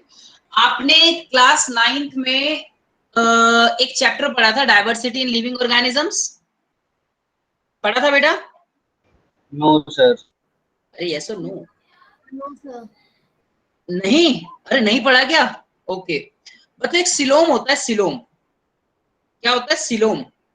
यस। जो सिलोम होता है बॉडी स्पेस या बॉडी कैविटी, ठीक है, बॉडी स्पेस या बॉडी, मतलब ये बहुत बड़ा टॉपिक है। मैं आपको कोशिश करूंगा कि कम शब्दों में कम समय में इसके बारे में एक फ्रेमवर्क तैयार कर सकूं मैं। सिलोम होता है जिसको हम बॉडी स्पेस बोलते हैं बच्चों। बॉडी स्पेस का सिलोम हो गया एक तरह से बॉडी कैविटी, ठीक है जी, बॉडी कैविटी हो गई हमारी। तो बच्चों बॉडी ठीक तरह से फंक्शनिंग कर सके उन एनिमल्स को हम बोलते हैं सिलोमेट। बच्चों शुरुआत में जब जेस्टेशन पीरियड से भी जब एम्ब्रियो डेवलपमेंट हो रहा तो बच्चों सबसे पहले बनती है जर्म लेयर्स, जिसको आप जर्मिनल लेयर्स का नाम देते हो, ठीक है। कई ऑर्गेनिजम्स ऐसे होते हैं जिनमें 2 जर्मिनल लेयर्स बनती हैं, कई ऑर्गेनिजम्स ऐसे होते हैं जिनमें 3 जर्मिनल लेयर्स बनती हैं। तो जिस ऑर्गेनिज्म में 3 जर्मिनल लेयर्स बनती है उनको हम बोलते हैं ट्रिप्लोब्लास्टिक ऑर्गेनिज्म। ट्रिप्लो, एक मिनट इसको ठीक कर देते हैं, ट्रिप्लोब्लास्टिक, ट्रिप्लोब्लास्टिक, ठीक है बच्चों। ब्लास्टिक जो वर्ड है वो ब्लास्टोसिस्ट, ब्लास्टोमियर्स एक सेल के मास से बना है। बहुत शुरुआत की बात है जब फ्यूजन हो गया, और फ्यूजन होने के बाद बच्चों गैमेट्स आपस में मिल गए, फर्टिलाइजेशन हो गया, गैमेट्स मिल गए, और उससे बच्चों जर्मिनल लेयर्स बन रही है। तो 3 तरह की जर्मिनल लेयर्स होती है, एक्टोडर्म, एंडोडर्म और मेसोडर्म। आप देखते हो कि आपके वेरियस ऑर्गन्स बनते हैं अलग अलग, कहीं ब्रेन बन रहा है, कहीं आपका स्टमक बन रहा है, कहीं इंटेस्टाइन बन रही है, कहीं हेयर्स बन रहे हैं, कहीं स्किन बन रही है, कहीं हार्ट फॉर्म हो रहा है, ये तो हो रहा है ना। तो बच्चों जो हार्ट बना है वो इस मेसोडर्म लेयर से बना है, यस सर, राइट। एक्टोडर्म जो होती है बच्चों ट्रिप्लोब्लास्टिक, यानी कि हम जो है हम ट्रिप्लोब्लास्टिक ऑर्गेनिज्म से, वी आर ट्रिप्लोब्लास्टिक ऑर्गेनिज्म, और हमारे अंदर 3 लेयर्स होती हैं, एक एक्टो, एक मीजो और एक होती है बच्चों एंडोडर्म, ठीक है। नाम से ही आप लोगों को पता लग रहा होगा, आप समझदार हो। एंडो का मतलब होता है इनर, एंडो का मतलब होता है इनर लेयर, और बच्चों मेजो का मतलब होता है मिडल वाली, यानी कि बीच वाली, दोनों के बीच में, और एक्टो का मतलब होता है आउटसाइड, यानी कि बाहर वाली, आउटर लेयर। तो बच्चों आपके इसी तरह से ऑर्गन्स भी बनते हैं, हेयर्स फॉर्म हो रहे हैं बाहर की तरफ, नेल्स, स्किन बाहर है, इंटरनल ऑर्गन अंदर की तरफ है बच्चों। उसी तरह से आपका जो एक ऑर्गन है हार्ट, वो मीजोडर्मल ओरिजिन होता है, यानी कि जो मीजोडर्म लेयर होती है वो किसको बनाती है हमारी बॉडी में, हार्ट को बनाती है। बेटा बताओ किसकी आवाज आई थी, ये क्लियर हुई बात अभी? Yes sir.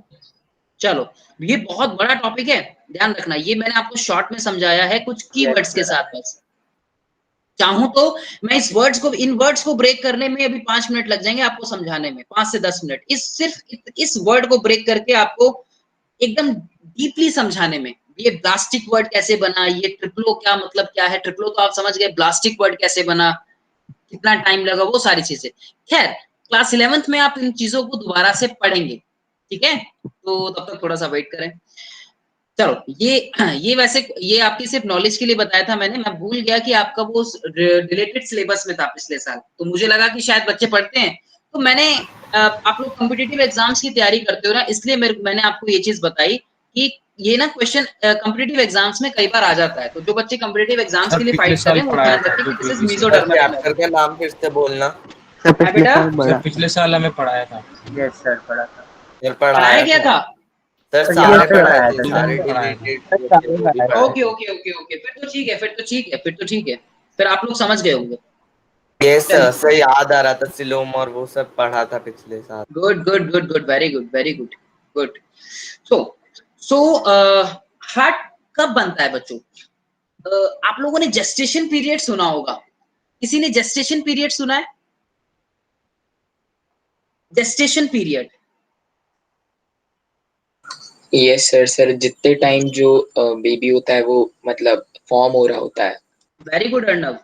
जेस्टेशन पीरियड जो होता है बच्चों, ये वो पीरियड होता है जब एम्ब्रियो का डेवलपमेंट होता है ना, जिसको फीटल डेवलपमेंट बोलते हैं, प्रेगनेंसी का पीरियड, डेवलपमेंट होता है। हाँ फीटस डेवलपमेंट, वेरी गुड, ठीक है। तो ये जो फीटस डेवलपमेंट होता है बच्चों, अगर मैं ह्यूमन मैमल की बात करूं तो ह्यूमंस के अंदर ये 9 मंथ का होता है, जो फीटस डेवलपमेंट होता है 1 to 9 मंथ होता है, ठीक है, 9 मंथ्स होता है ये, और आप इसको प्लस माइनस 7 डेज ऊपर नीचे कर सकते हो, ठीक है। सो इसमें 3rd week of this gestation period, 3rd week में हार्ट बनना स्टार्ट हो जाता है, heart development start, heart development start. ये आपकी बॉडी का वाइटल ऑर्गन है, इसलिए मैं आपको इसके बारे में जानकारी दे रहा हूँ। ये मैंने किसी भी ऑर्गन में ये चीजें नहीं बताई आपको कि हमने ये तब डेवलप हुआ है तब डेवलप हुई। This is a vital organ, हमें चीजें इनके बारे में अच्छे से पता होनी चाहिए। तो थर्ड वीक में हार्ट का डेवलपमेंट होना स्टार्ट होता है। अब थर्ड वीक समझ रहे हो, एक यस सर। हाँ 9 मंथ कैलकुलेट कर सकते हो आप, 36 वीक्स हो Yes. गए लगभग, है ना। तो थर्ड वीक में हार्ट डेवलपमेंट स्टार्ट हुआ। तो ब्लड ये किसके थ्रू होता है, ये सर्कुलेटरी सिस्टम के साथ अपना वर्क करता है बच्चों। इस सिस्टम को हम लोग कार्डियोवास्कुलर सिस्टम का नाम भी देते हैं। एक वर्ड आएगा, आप इस Yes, सिस्टम को कार्डियोवास्कुलर सिस्टम भी बोलते हो। और कार्डियोवास्कुलर सिस्टम आप इसको क्यों नाम दे रहे हो, आप इसको इसलिए दे रहे हो, देखिए कार्डियो वर्ड जो है वो किससे रिलेटेड है बच्चों, सर हार्ट से। Sir heart cardiac muscle. Yes sir, cardiac vascular muscle. हो हार्ट गया। में कौन सी मसल्स होती हैं, Vascular कार्डियक मसल्स होती हैं। Muscle non stop. ठीक है जी। तो कार्डियक मसल अभी जैसे हम लोग बात ही कर रहे थे, परमानेंटली मूव करती रहती है। और वास्कुलर जो वर्ड है बच्चों किससे आया है, वो जो इतनी सारी वेसल्स आप लोग पढ़ रहे हो उससे जो ओरिजिनेट हुआ आपका वास्कुलर वर्ड बना है। ठीक है, ये आ गया आपका किससे, वेसल से रिलेटेड। ठीक है जी, चलो बहुत बढ़िया। तो humans, in humans, other mammals and birds, the heart is divided into 4 chambers. To upper chamber is called right atria atrium, left and to lower chambers are called ventricles. Location की अगर हम बात करें तो मैंने आपको पहले भी बताया था कुछ प्रीवियस सेशंस में कि जो हार्ट प्रेजेंट होता है, हार्ट कहाँ पे प्रेजेंट होता है, हार्ट की जो लोकेशन होती है वो प्रेजेंट होती है इन थोरासिस कैविटी। थोरासिस कैविटी का दूसरा नाम कौन बताएगा, chest cavity. chest cavity. cavity. That is space between the two lungs and this space is called, ये ध्यान रखेंगे कॉम्पिटिटिव एग्जाम्स वाले बच्चे, मीडियास्टिनम। ठीक है, हाँ मीडियास्टिनम, मीडियास्टिनम।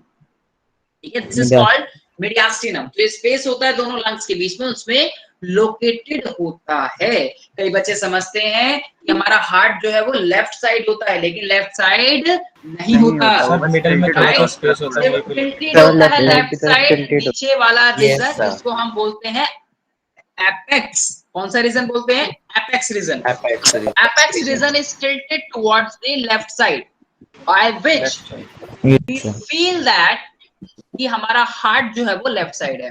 भाई महिलाओं में जो होता है वो दिल थोड़ा कमजोर होता है। मतलब कमजोर से मेरा मतलब वो नहीं है कि आप कमजोर समझ लें, मतलब वेट मैं बता रहा हूँ कि एवरेज जो वेट होता है वो 300 ग्राम होता है मेल के अंदर, और फीमेल के अंदर जो होता है वो 250 ग्राम। ठीक है सर, ये एट्रियम का मतलब वो भी है ना, मतलब एट्रियम। हाँ, एट्रियम सिंगुलर और प्लूरल की बात हो रही है बेटा यहाँ पे सिर्फ वो। ठीक है, हाँ सिंगुलर और प्लूरल की बात हो रही है। चलिए, देखिए ये आपका सुंदर सा हार्ट है, राइट। और हाँ जी बिल्कुल लीजिए प्रीवियस पेज पे। क्या बात कर दी आपने, ये लो यार। सर हो गया। चलिए,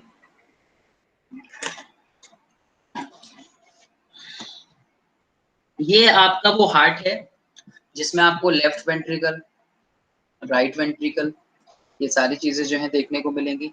ये थोड़ा सा कॉम्प्लिकेटेड हो जाता है ना डायग्राम। मैं सोचता हूं कि एक सिंपलर वे में पहले आपको प्रोसेसिंग समझा दी जाए। ये एक जो है ये एक क्रॉस सेक्शन है बच्चों। ठीक है, ये एक तरह का क्रॉस सेक्शनल व्यू है। ठीक है, हार्ट को जैसे काटा गया आप देखते हो ना, जैसे एक आपका ट्रांसफर सेक्शन होता है, एक लॉन्गिट्यूडनल सेक्शन होता है, देखा है ना सबने ट्रांसफर सेक्शन। अच्छा, कौन बच्चे ट्रांसफर सेक्शन और लॉन्गिट्यूडनल सेक्शन में डिफरेंस नहीं समझते, सब समझते हैं ना। चलो, यस सर। अच्छा होता क्या है, मैं आपको एक सिंपलर वे में कुछ समझाना चाहूंगा। पहले यहाँ पे एक मिनट, क्या हो गया, ट्रांसफर सेक्शन एक बार बता दो। बेटा मान लीजिए कि ये कोई भी चीज है, ठीक है, ये आपने ककम्बर ले लिया लेट सपोज, ठीक है, और आपने बेटा अगर उसको इस तरह से कट किया तो ये लॉन्गिट्यूडनल सेक्शन हो गया। Longitudinal section. और अगर आप Yes. उसको मान लीजिए कि इस तरह से कट कर रहे हैं तो वो ट्रांसफर सेक्शन हो गया। हॉरिजॉन्टली कट किया तो ट्रांसफर। Correct, Okay. ठीक है बेटा, क्लियर? Yes, sir. ठीक है, चलो बेटा मैं आपको एक फ्लो चार्ट के थ्रू फंक्शनिंग समझाना चाहता हूं। अगर आप इस डायग्राम से फंक्शनिंग अगर मैं आपको समझाने बैठा तो शायद आप इसकी फंक्शनिंग ना समझ पाए, लेकिन मैं एक सिंपलर वे में सबको ध्यान में रखते हुए, सारे बच्चों को ध्यान में रखते हुए एक सिंपलर वे में मैं इसकी फंक्शनिंग आपको समझाना चाहता हूँ। ठीक है जी बच्चों, होता क्या है कि आपने रेस्पिरेटरी सिस्टम पढ़ा था? Yes sir. पढ़ा Yes, था, sir. Yes sir. ठीक है जी। हमने वहां पे लंग्स Yes, को पढ़ा sir. था बच्चों? Yes sir. Yes, sir. पढ़ा था हमने, लंग्स को पढ़ा था, ठीक है जी, लंग्स पढ़े थे हमने। एक मिनट, हमने वहां पे लंग्स को डिस्कस किया था। अभी हमने क्या पढ़ा? अभी हमने बात की कि हमारे हार्ट में 4 चैम्बर्स होते हैं, है ना? Yes, sir. Two upper Yes, chambers sir. जिसको हम, एक साइड हमारी हो गई मान लीजिए राइट साइड, और एक साइड हमारी हो गई बच्चों लेफ्ट साइड। ठीक है, ये हो गई हमारी लेफ्ट साइड, और ये हो गया हमारा right atrium chamber, and this is our left atrium chamber. ठीक है जी, ये एक पार्ट हो गया हमारा। लोअर नीचे की तरफ हम लोग बात करते हैं, इसमें जो निचले पार्ट होते हैं इसके, ये राइट वेंट्रिकल हो गया, आर वेंट्रिकल हो गया ये, और ये हो गया आपका लेफ्ट Ventricle. वेंट्रिकल। ठीक है, और ये इन दोनों का पार्टीशन जो है वो हमें देखने को मिलता है। ठीक है, इसमें अलग अलग तरीके के टिश्यूज होते हैं, वो मैं आपको बताऊंगा। हार्ट एम्ब्रानिक मेसोडर्म होता है, मैंने आपको बताया, एक ड्राइव ऑर्गन है, थोरेसिस कैविटी में होता है, दोनों लंग्स के बीच में होता है, हार्ट थोड़ा सा लेफ्ट की तरफ टिल्टेड होता है। इसका साइज कितना बताया था मैंने आपको हार्ट का? सर फिस्ट हमारी जितनी होती है। Sir, fist. इस तो Clenched जनरली हमारे fist. फिस्ट के Clenched साइज का होता है। साइज, ठीक है, क्लेंच्ड फिस्ट की तरह होता है। तो बच्चों ये इस तरह से हमें देखने को मिलता है। और हार्ट के प्रोटेक्शन के लिए ध्यान रखिएगा, इसमें आई गेस नहीं है, इसमें मैं आपको बता दूं, हार्ट के प्रोटेक्शन के लिए एक डबल वॉल मेम्ब्रेनस बैग होता है। प्रोटेक्शन कैसे मिलती है? Protection bye double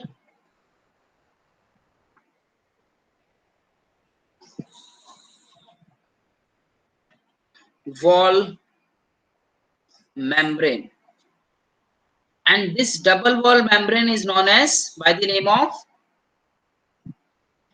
pericardium. Pericardium.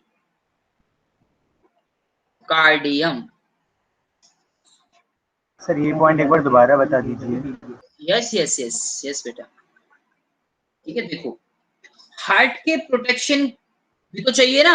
आपने पढ़ा, लंग्स को पढ़ा था हमने बच्चों, हमने लंग्स को बोला था प्लूरल मेम्ब्रेन, याद है सबको? यस सर, वो याद है? तो क्या Yes, हार्ट के sir. लिए प्रोटेक्शन नहीं चाहिए होगी? अरे हमने माना भाई, हमने माना कि सामने से स्टर्नम जो है लॉन्ग बोन वो प्रोटेक्ट कर रही है, हमने माना बिल्कुल, लेकिन एक double wall membranes bag like structure हमें देखने को मिलता है। ये दिस इज लाइक बैग, एक बैग होता है ना, जैसे बैग की तरह काम करता है, बैग लाइक। ये बैग लाइक स्ट्रक्चर जो है जिसको पेरिकार्डियम बोलते हैं, राइट? और इसकी 2 वॉल्स प्रेजेंट होती हैं, wall membrane, double wall membranes बोल रहा हूं ना, डबल मेम्ब्रेन। और इन दोनों वॉल्स के बीच में एक फ्लूइड होता है बच्चों।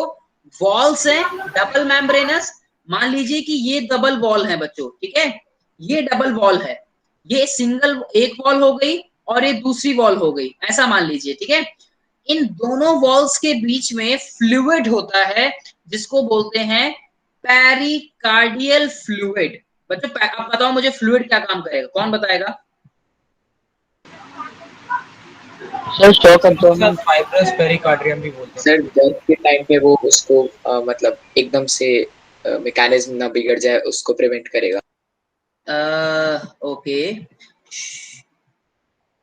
पेरिकार्डियल फ्लूइड इंजरी वगैरह होने से बचाता है उसको एकदम से, ठीक है। सडन अटैक, ठीक है, सडन अटैक, यस सर। ठीक है, अंदर से नहीं बाहर से ठीक है, बाहर से, तो उसको एक तरीके से सर प्रोटेक्शन दे रहा है। स्पेलिंग क्या है? प्रोटेक्शन की बात कर रहे हैं ना, प्रोटेक्शन। यस सर सर, चाहिए स्पेलिंग क्या है? होगी सर।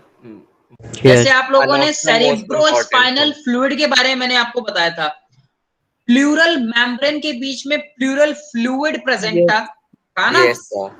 उसी तरह से पेरिकार्डियल फ्लूइड भी होता है, ठीक है। सर ये स्पेलिंग क्या लिखा आपने इसकी? P E pericardium, peri sir peri, इसको फाइब्रस पेरिकार्डियम भी बोलते हैं क्या?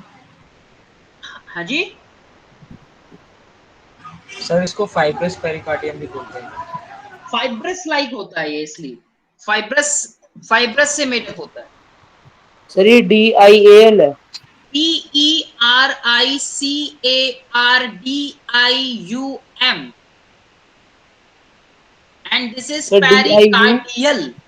This below one is pericardial. PERICARDIAL, pericardial. चलें आगे। Yes yes sir. चलिए बहुत बढ़िया, आगे की बात करते हैं। तो मैं कुछ बता रहा था आपको, तो पहले मैं बेसिक बात बता दूं, उसके बाद आगे चलूंगा कि फंक्शनिंग एक्चुअली होती कैसी है। तो ये एक बात हुई थी मेरी। हाँ, मान लीजिए कि यहां पर इस रीजन में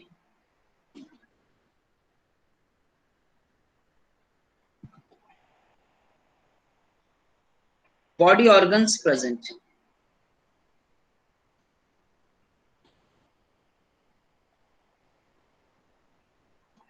ठीक है, ये हो गए हमारे बॉडी ऑर्गन्स। होता क्या है कि आपके जो लंग्स होते हैं, ये मैंने इनका डिवीजन कर दिया, और डिवीजन, ठीक है, 4 चैम्बर पढ़े ना आपने, तो ये हो गए आपके, एक मिनट, ये हो गए आपके बच्चों 4 चैम्बर्स।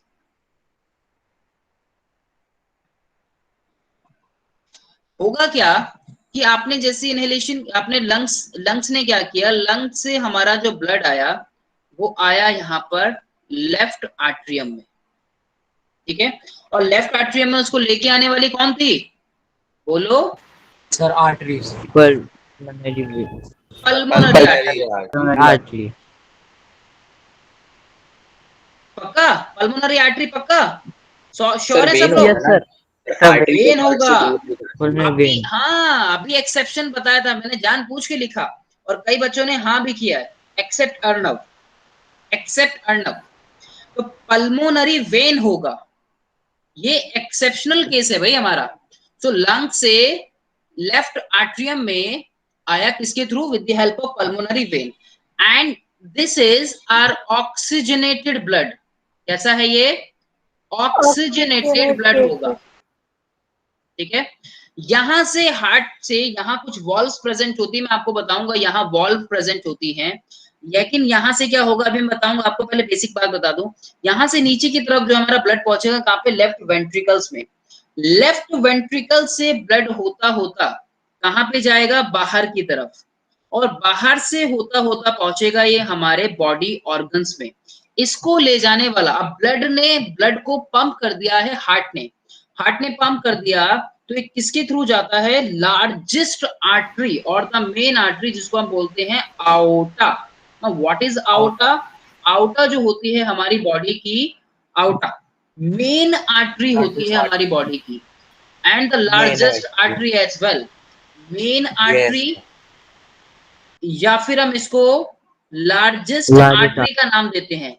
हाइपोथेटिकली सोचिएगा, यहां से बहुत सारी आर्टरीज जो है वो निकल रही होती हैं और डिस्ट्रीब्यूशन का काम करती हैं बॉडी ऑर्गन्स की तरफ, ठीक है। ब्लड अभी भी हमारा कैसा है, O2 रिच ब्लड है, ऑक्सीजनेटेड ब्लड है हमारा।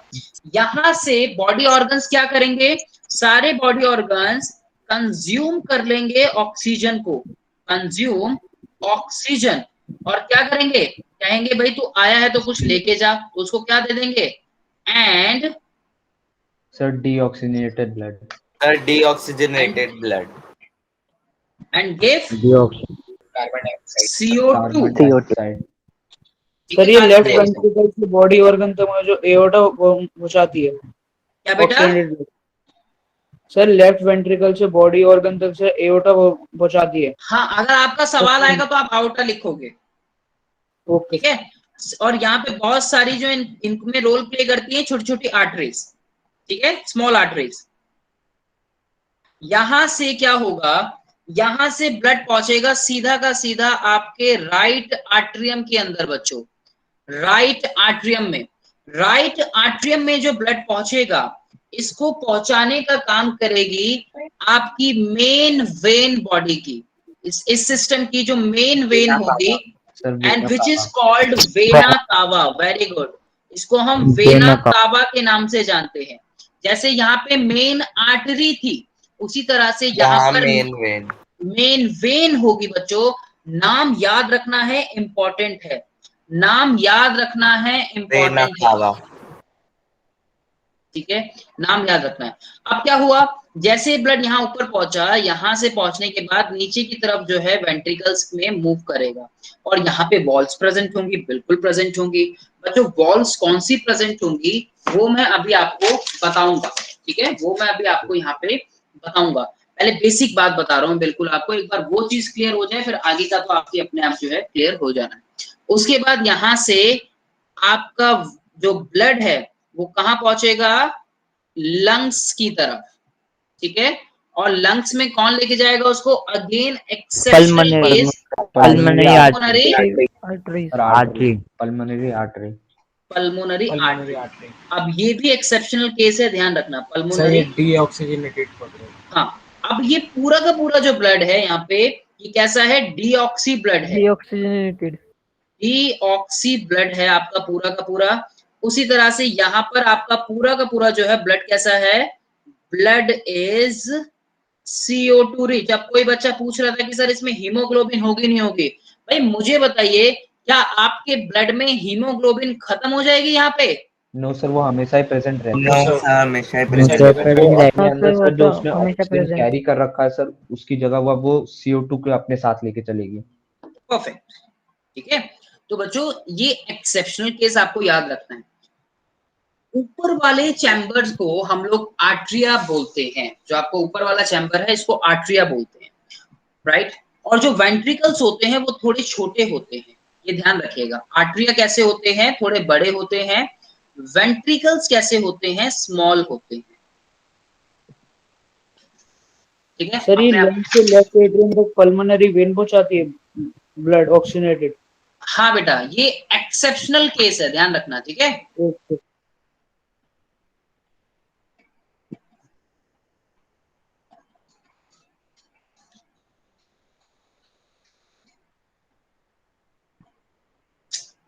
एक मिनट,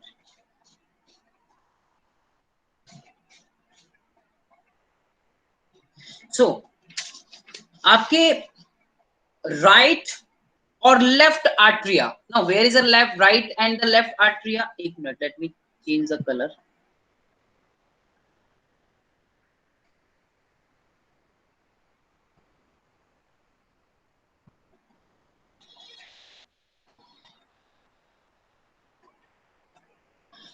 आपका जो राइट और लेफ्ट आर्ट्रिया को सेपरेट करना है, राइट और लेफ्ट आर्ट्रिया को सेपरेट करना है, इनके बीच में एक थिन मस्कुलर वॉल होती है बच्चों। इनके बीच में क्या होती है, thin muscular wall, septum, muscular wall, septum, and this thin muscular wall is called inter. वो तो याद रहेगा तुम्हें, कुछ नया सीख लो। इंटर आर्ट्रियल सेप्टम, ठीक है। वर्ड को समझ जाओगे, अपना ब्रेक कर लोगे। इंटर मतलब दोनों के बीच में को सेपरेट कर रहा है, आर्ट्रिया को सेपरेट कर रहा है। कौन सेपरेट कर रहा है, जो सेपरेट कर रहा है उसको बोल दिया सेप्टम। अब आप लोग पढ़ते हो सेप्टम, ठीक है। लेकिन अब आप सेप्टम तो बोलोगे, लेकिन आप लोग सेप्टम के साथ साथ क्या बोलोगे, दोनों राइट और लेफ्ट आर्टरियम को सेपरेट करने वाला इंटर आर्टरियल सेप्टम। कोई बात समझ आई नहीं आई? आगे यस सर। इसी तरह से नीचे देखो जरा, अरे यार सर इंटरवेंट्रिकुलर सेप्टम। भाई बहुत बढ़िया, बहुत बढ़िया। क्या बोलेंगे इसको? Interventricular septum. ये बात सब समझ जाएंगे ना in short? Yes sir, ventricles को कर रहे हैं। Interventricular septum. तो इसी तरह से एक ही तरफ आर्ट्रियम और वेंट्रिकल भी तो सेप्टम सेपरेट हो रहे हैं, हो रहे नहीं हो रहे? एक तरफ देखो, ये वाली साइड पकड़ लो बस, आर्टरी और वेंट्रिकल भी तो सेपरेट हो रहे हैं एक तरफ वाले। इसको बोलते हैं, जब ये दोनों सेपरेट आउट हो रहे हैं तो इसको बोलते हैं बच्चों। सर यहाँ पे वी क्या है? इंटरवेस्ट। बेटा वॉल्व। बेटा अभी सारी बात बताऊं, वॉल्व है वॉल्व। अभी अच्छा, अभी इसमें भी वेंट्रिकुलर, सर माइट्रल वॉल्व बोलते हैं सर। इंटरवेंट्रिकुलर, मैं लिख देता हूं, इंटर वेंट्रिकुलर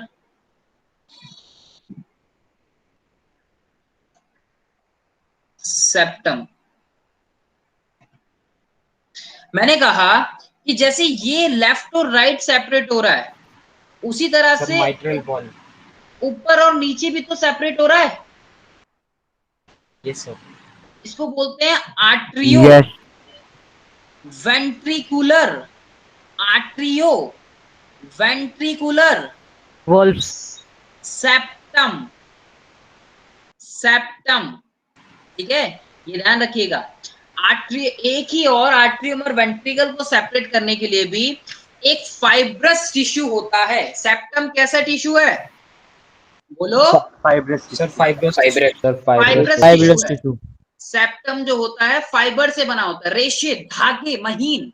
जब आप देखोगे एनाटॉमी हायर लेवल पे, जब आप प्यारे प्यारे डॉक्टर्स बन जाओगे तो आप देखोगे कि इसके अंदर फाइब्रस स्ट्रक्चर होता है, राइट? ये फाइब्रस रिच होता है बच्चों। तो ये फाइब्रस स्ट्रक्चर मतलब धागे, महीन, बहुत धागे की तरह होता है स्ट्रक्चर। फाइबर्स बनाते हैं, रेशे बनाते हैं एक तरीके से, राइट? ये एक बात हो गई। तो इसको बोलते हैं आर्ट्रियोवेंट्रिकुलर सेप्टम। ओके, उसके अलावा क्या बेटा? सर इसको माइट्रल वॉल्व भी कहते हैं। नहीं, मैं आ रहा हूँ उसी पे आ रहा हूँ बेटा। इसी तरह से जो मैंने यहाँ पे ये भी लिखा है ना, राइट आर्ट्रियम और राइट वेंट्रिकल, ये रहा राइट आर्ट्रियम और राइट वेंट्रिकल के बीच की एक ओपनिंग होती है, ये वाली। ठीक है, मैं इसको यहां लेके आ रहा हूं, ठीक है? समझ जाना आप लोग। सर इसको यहां, ठीक है, राइट आर्ट्रियम और राइट वेंट्रिकल के बीच में एक ओपनिंग होती है, एक वॉल्व होती है, वॉल्व होती है।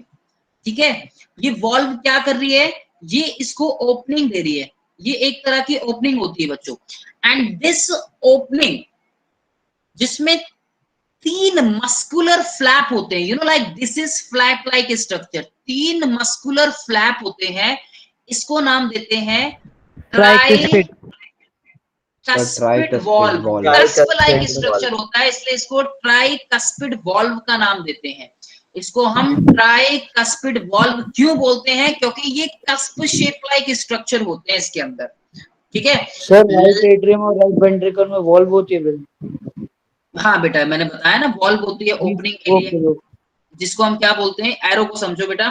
थोड़ा सा लिखने का स्पेस थोड़ा ऐसा ही है, और लेकिन ध्यान से समझोगे तो एरो के साथ चला करो। जब भी मैं कुछ समझाता हूँ, मैं एरो के साथ चला करो बस मेरे, ठीक है? एरो को पकड़ो, सारी चीजें समझ आएंगी।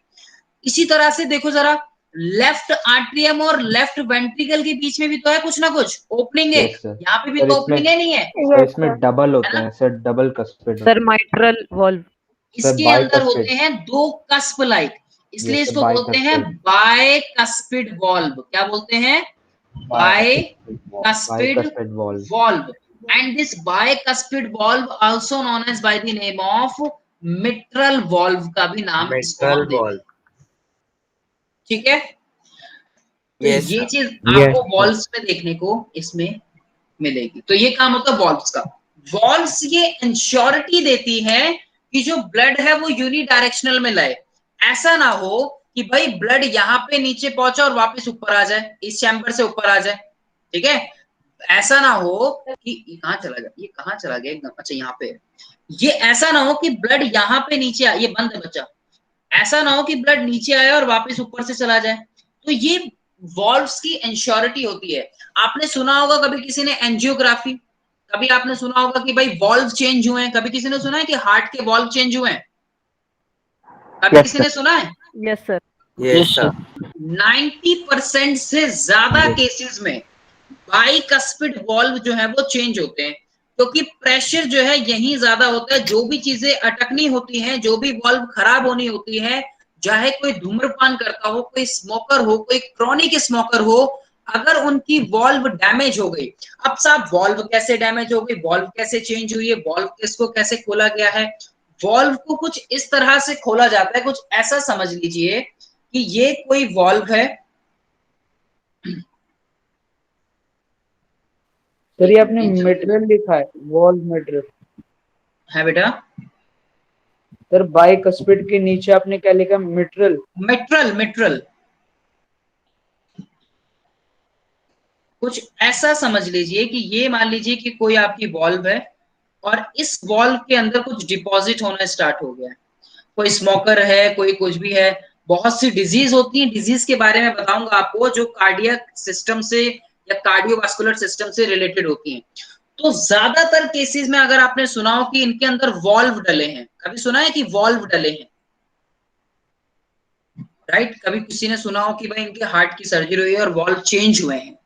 90% से ज्यादा केसेस में मिट्रल वॉल्व या बाइकस्पिड वॉल्व ही चेंज होते हैं, क्योंकि सबसे पहले यही ब्लड आता है इनके अंदर, तो ज्यादातर प्रॉब्लम भी इसी के अंदर आती है, ये ध्यान रखिएगा।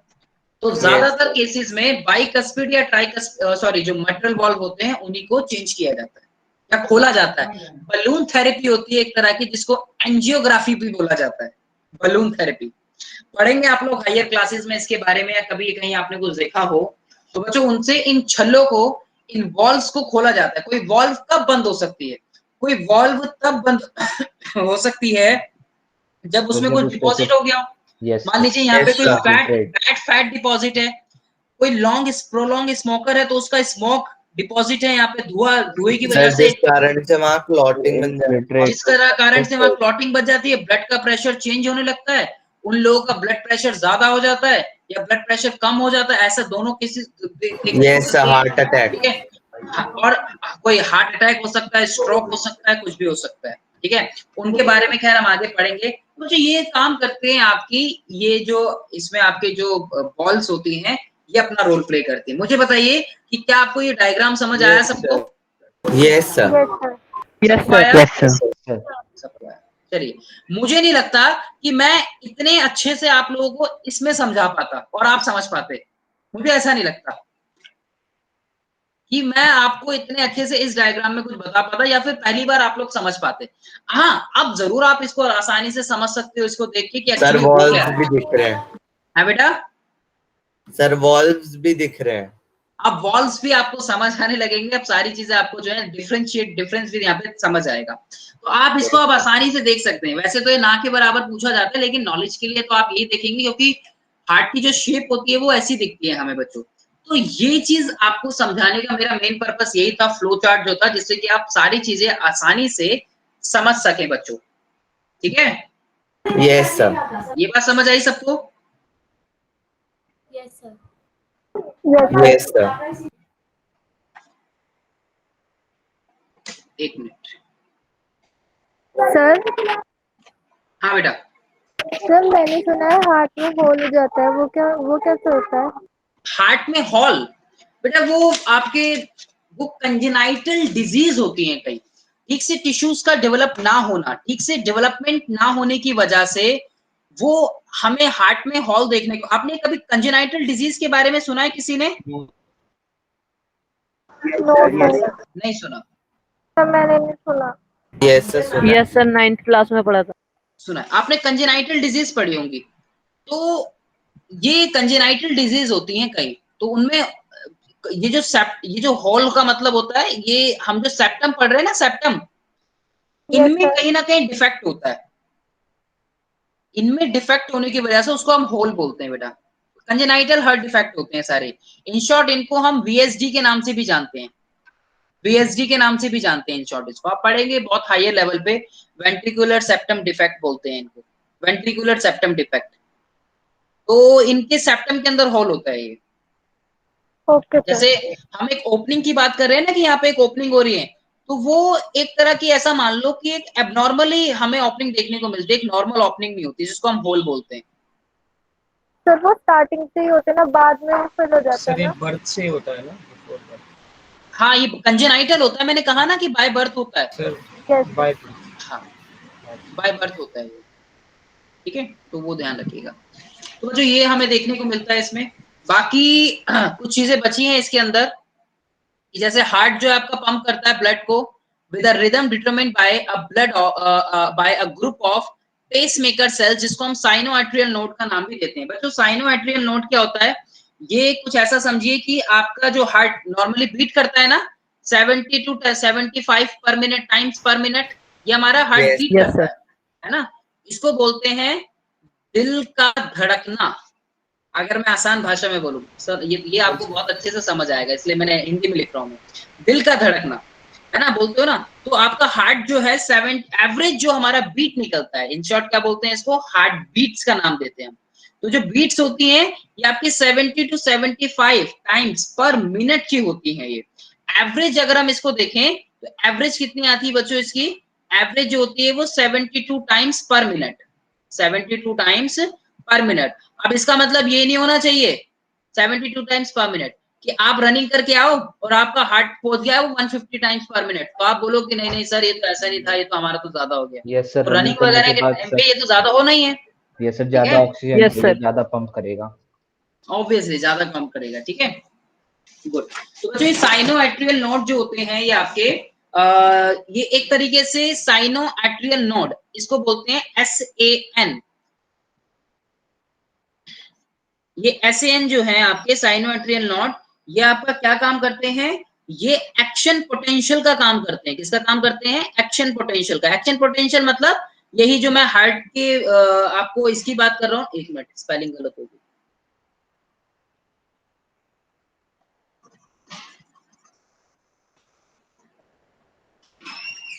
तो ये एक्शन पोटेंशियल का रोल प्ले करते हैं। साइनो आर्ट्रियल नोड इसका काम करता है एक्शन पोटेंशियल का रोल प्ले करता है। एक्शन पोटेंशियल से मेरा मतलब है,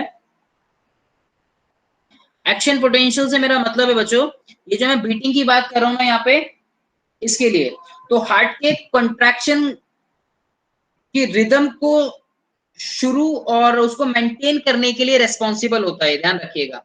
आपका हार्ट कॉन्ट्रैक्ट करता है, रिलैक्स करता है, hello, yes sir. Yes sir. Yes sir, अरे सिस्टोलिक सो गए क्या, डायस्टोलिक मूवमेंट। लगता है सो गए। तो ये किसके काम करता है, ये हार्ट के helps in contraction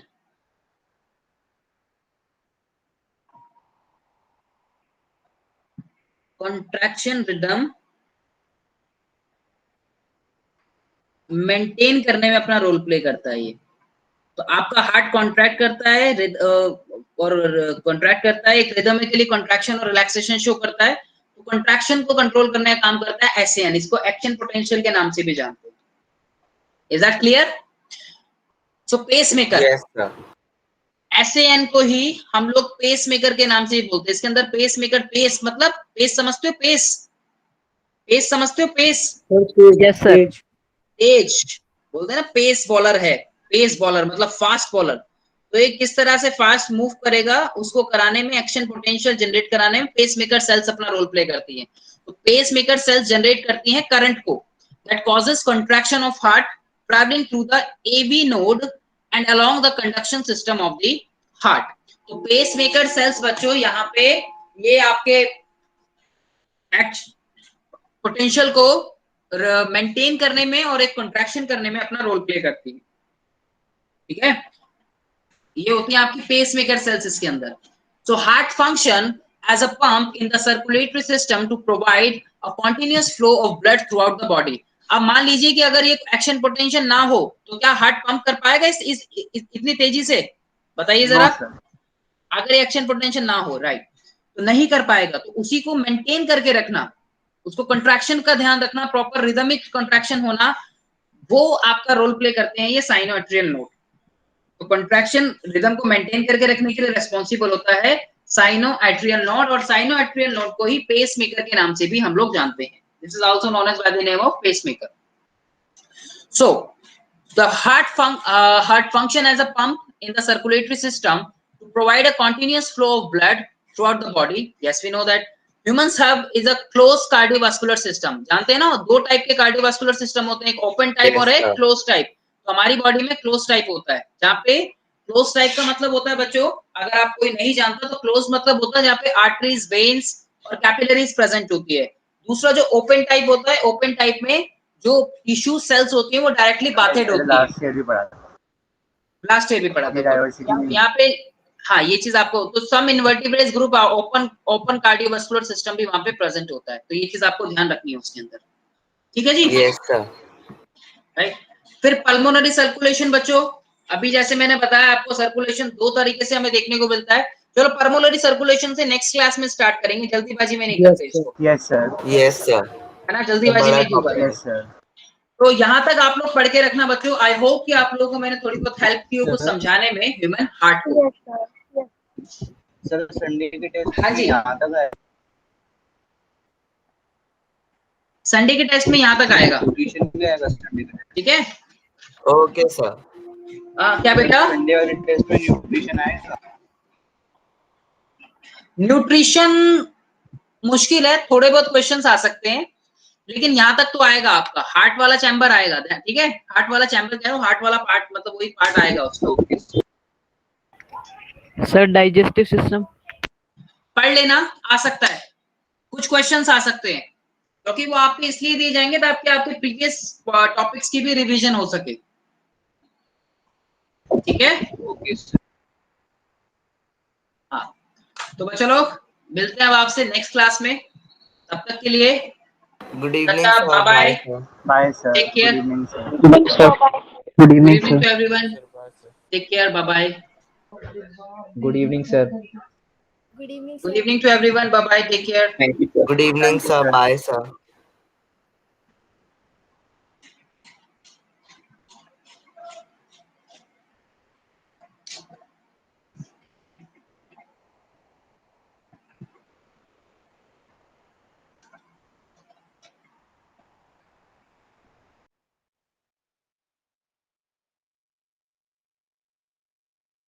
Bye everyone.